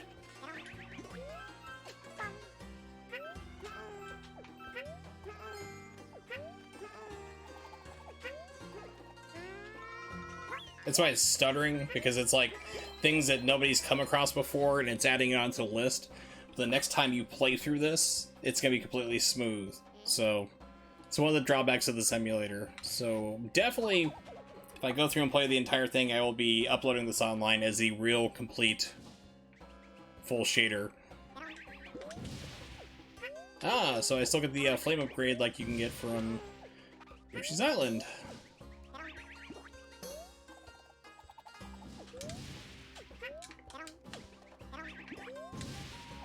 Missed. Can I shoot straight up? Yes, I can. Okay, that makes it easier.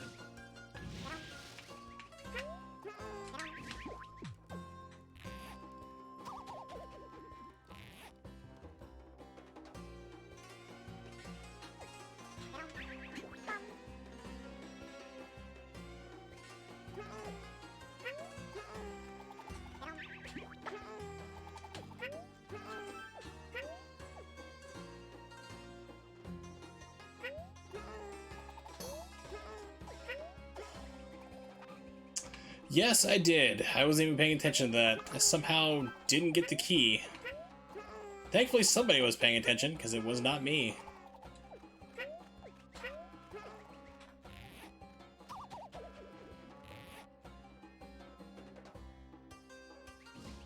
There we go. Derp-a-derp.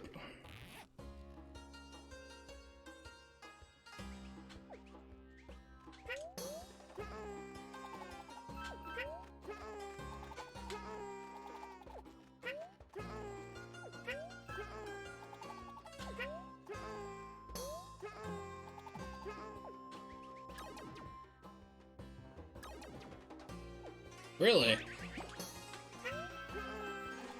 Oh, seems like it's gonna be a bunch of fun. checkpoint at least. I know it says go that way, I'm gonna go this way, just gonna see what's gonna happen. Exploration!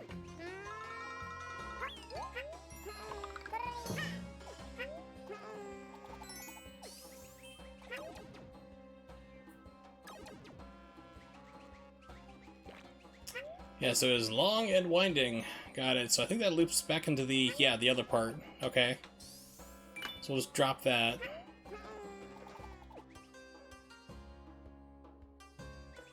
And that puts you up here. Because I was going to try to, like, bounce and then hover up to this platform to get to these parts. Because I was down here earlier.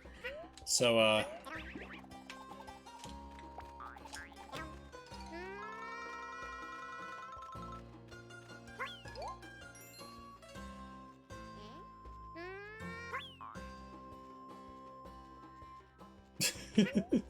True, I'm not saying it's like you're not smart to do it or anything like that, but it's like, yeah, it's like you got a family and everything else running around too, so it's gonna take a while to sit down and play stuff and figure it all out.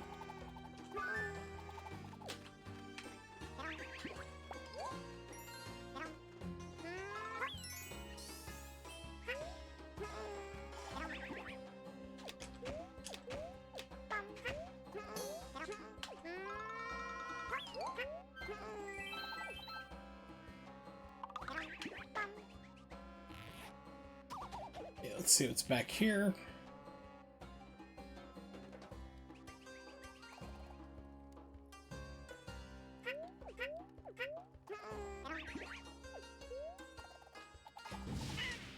I was wondering if it'd shoot across. It does. Okay.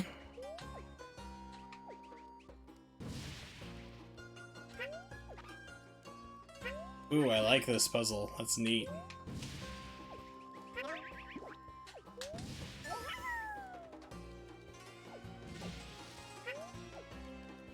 Okay, got the key. I learned from last time.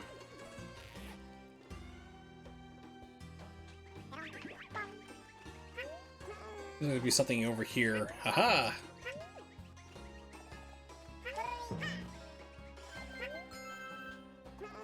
Shortcut. Yes, kind of important when you need to unlock a door. I agree. Alright, let's take the high road here.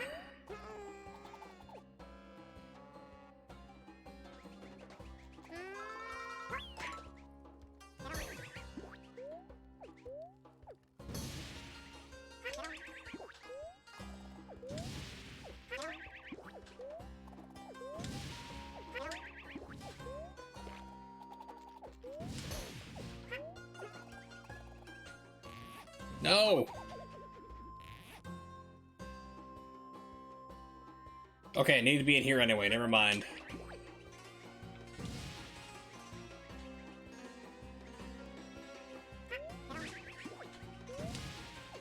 Ah, okay.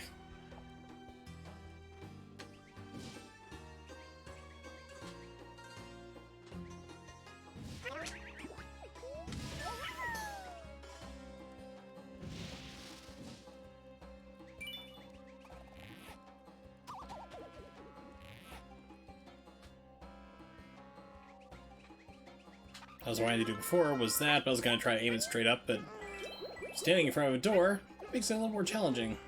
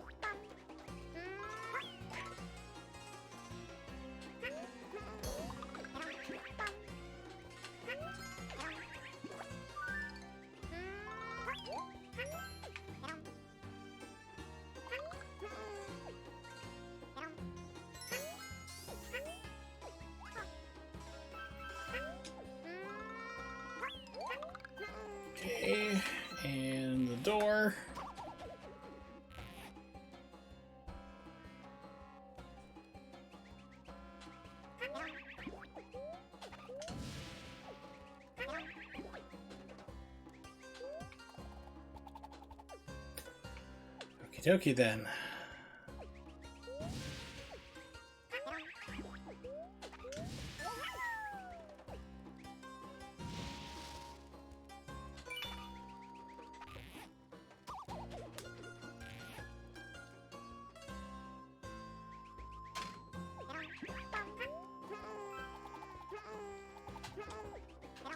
It's like, okay, I'm not gonna push my luck with that.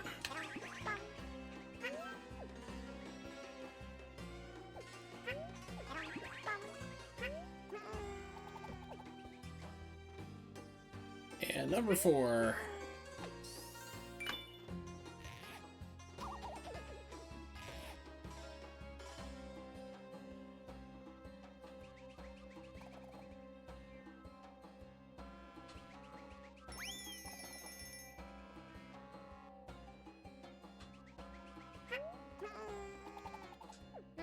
I've already been here for this, so... Okay, this time gives me a door.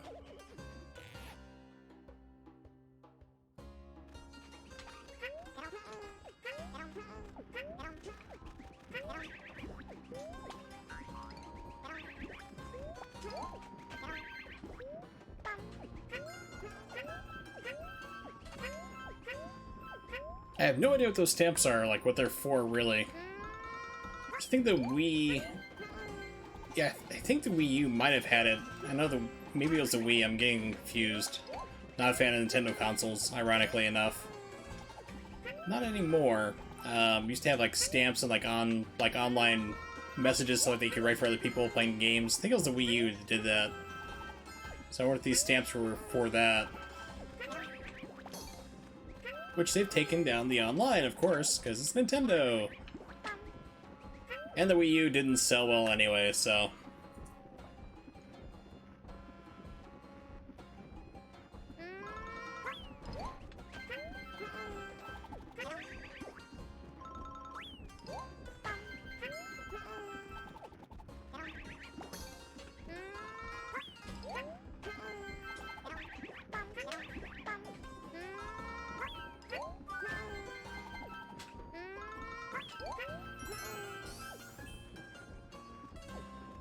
I think the Wii U eventually outsold the Dreamcast.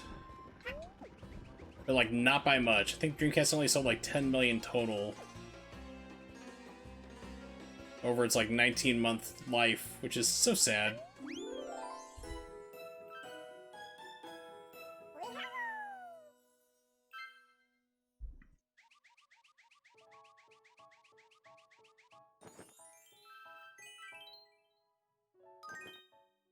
Alright, I was saying, like, well, we'll end the stream here, but, like, no, I think we're on the, final castle for this level. We'll beat that, and then we'll call it quits for tonight.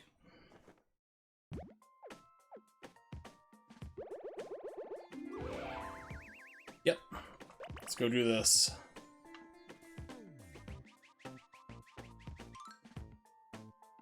Bunsen the Hot Dog's Castle. Okay. Play alongside Poochie, be frustrated the entire time.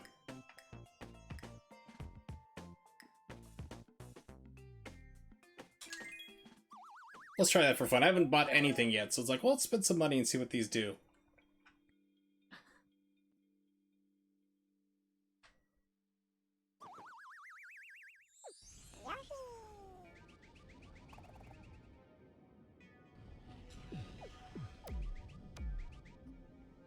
Okay, so it just bumps you out of the way.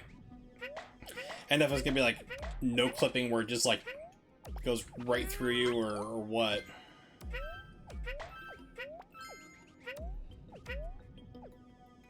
No fall into a pit. Does like have like Lakitu or something like that pull you out? That's what I do really, because I mean if he's into this game I don't know if he is. I think he is. No, I'm getting confused with Yoshi's Island. That'd be perfect. Pull you out like it does in Mario Kart.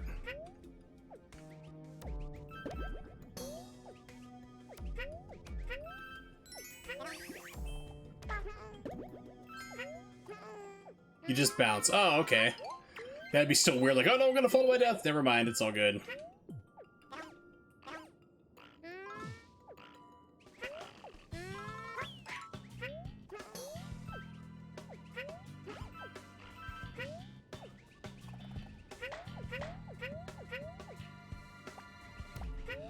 I still haven't figured out exactly like what gives you large yarn balls out of the containers you get. Like, because it seems like the majority of them tend to be the small ones. Then every once in a while, it just randomly gives me a large one. I'm like, is it truly random, or is it like every 50th one, or... I have no idea.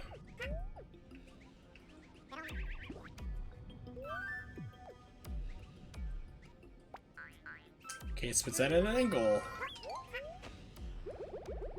Luck of the draw. Okay, so it's just random.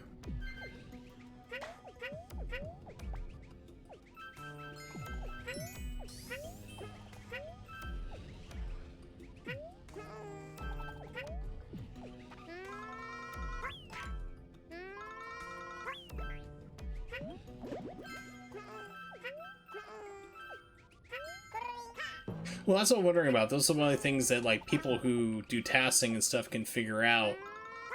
Like, you know, like, is there a way to manipulate it? It's like Tassers figured out, like, how to basically manipulate item drops they needed for the original Zelda game. Like, okay, we need certain bombs to appear in this level to get past this here in the speedrun. And then people were able to take a look at the code of the game and go, oh, you can actually manipulate it by doing these certain things, like every 9 object you pick up or defeat will be a bomb, so you have to defeat like 2 other people and then you get the bomb you're looking for. So that's what I love about tasking, is like problem solving different things, like people looking at game code and then deciphering and figuring it out like, oh, okay, this is how these things work. But it's like you have to be really attention detail oriented to do it. As I very quickly discovered, I was like, yeah, tasking's not for me.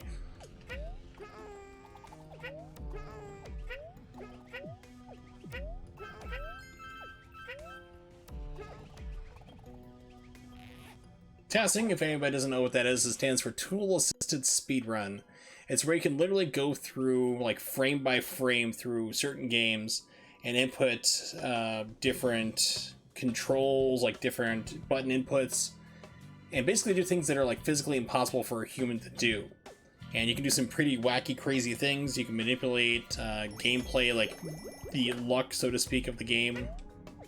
Like, for example, for this game, if somebody were ever to task it, if they developed the right tools for it, they could, like, figure out a way how to manipulate to get large yarn balls every single time they hit one of these things. You know, for example, if they figure out what causes it, they can use it to manipulate it on their run and do all sorts of crazy stuff, like get out of bounds or clip through walls, do all sorts of neat tricks you can't normally do.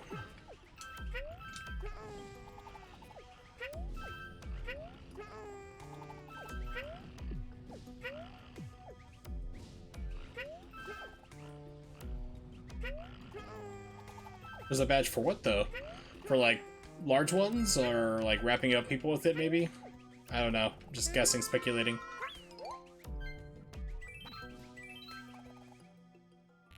Alright, on to the boss. Boss man. Or woman, I don't know.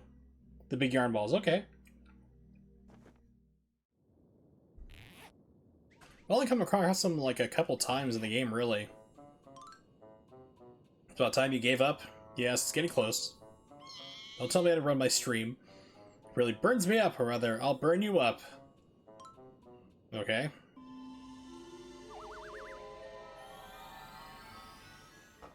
Amaterasu!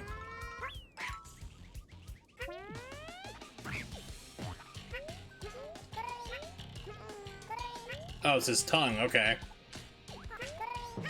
Missed it.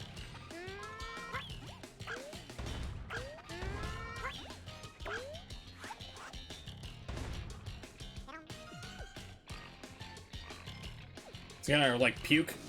Yep.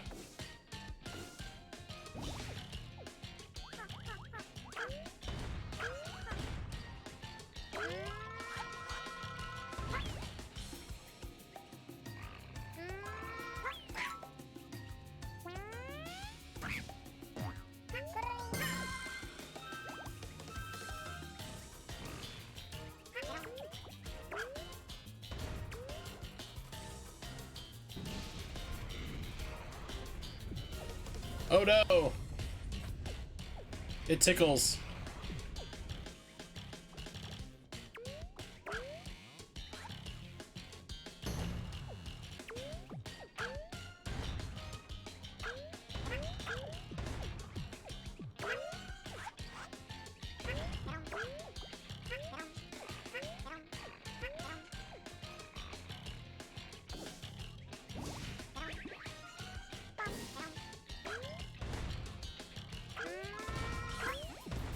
And missed by one chance.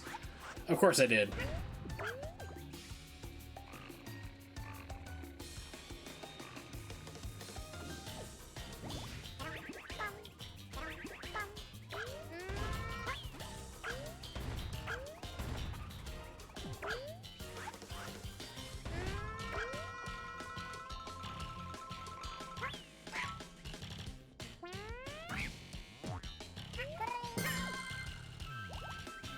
Only hit him when he's gray. Okay. But the problem is right now he's almost always gray, but he needs to be like a lighter shade of gray before I can see. I'm presuming a lot of this, I'm presuming he's red. I can see like the brighter glowing parts, but the rest of it just looks kind of grayish to me. But like he gets even grayer.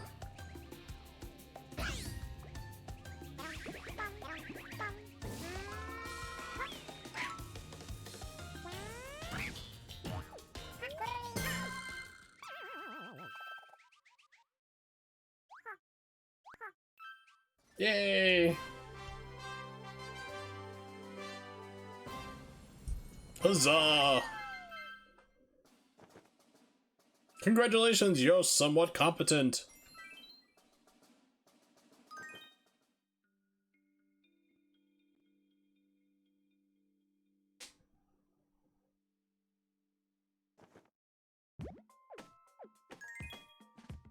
Got a new power badge. I never use them, but okay. I'm not even sure what the power badges are, to be honest.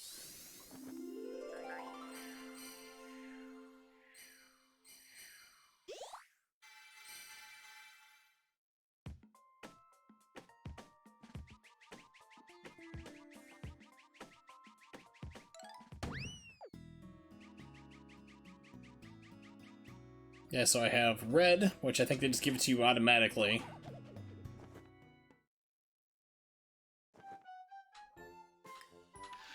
Then I have Treetop Yoshi and Shy Guy Yoshi, who just looks like he has gigantic nostrils. Like an ENT doctor's like best like patient ever. It's amazing. I can look right back into his sinuses. Didn't even have to like get out any of my tools. Just scary.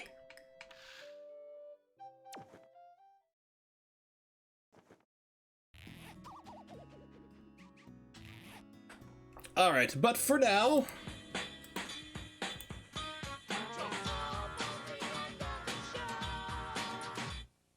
When you have Sickle and Ollie play, you know we've reached the end of the stream. So thank you very much for hanging out, everybody, on my quote-unquote birthday stream. Really awesome for everyone to show up. So, of course, big shout-outs to the love of my life, Evil Agent Carmen, for coming out and helping me out a couple spots here. Ronnie Nimix with also the gift sub to Fico, and Fico for showing up as well. Twalis for making me review a Rachel Ray video once again. And Hold Your Fire and Kevin B. Hall, the madman from Trinidad himself, dropped by. So I appreciate everybody dropping in. It was a lot of fun. Always lots of fun when people show up and chat and have fun or even just hang out. So I'll be back on Tuesday. Looks like here, see, Sunday. Yep, Tuesday the 15th, 8 p.m. Eastern Standard Time. Oh, I'll send you the time link for it in just a minute, Evil Agent Carmen. So anyway, I'll be back at 8 p.m. on Tuesday. If you don't know when that is, just copy and paste that into Google. It'll tell you for wherever you are in the world. Check me out on Twitter, Wursel555. So you can know exactly what's going on if I need to cancel a stream or whatever comes up. Something gets moved, later start time, earlier start time, you'll know there. Also, what games I'll be playing. So, as I mentioned earlier a couple times, what I've been wanting to do is play the games that are coming out for the arcade 1-up, the X-Men vs. Street Fighter, which is I really, really want, and I don't have. I actually don't even have the space for it. I probably won't be able to put it together. But I want to play those games, and I'm not sure if I'm going to be doing it either the arcade ROMs or the Sega Saturn version, because unfortunately I can't play on my console because my capture card's broken. So I'll have to see if they play an emulation. We'll go from there. But the plan is to play all those games, which is like Marvel Superheroes vs. Street Fighter, X-Men vs. Street Fighter, Children of the Atom, Marvel vs. Capcom. Then you have the X-Men Mutant Apocalypse and War of the Gems. So it's going to be a lot of games. Going to be playing them all throughout there. We'll see how those go. I'll figure it out by then, but we're going to be playing through those games, having a lot of fun, a lot of fighting games, and just explain the history of it, see how the series evolves. That'll be next time, so thank you so much for hanging out, and hopefully see you guys then.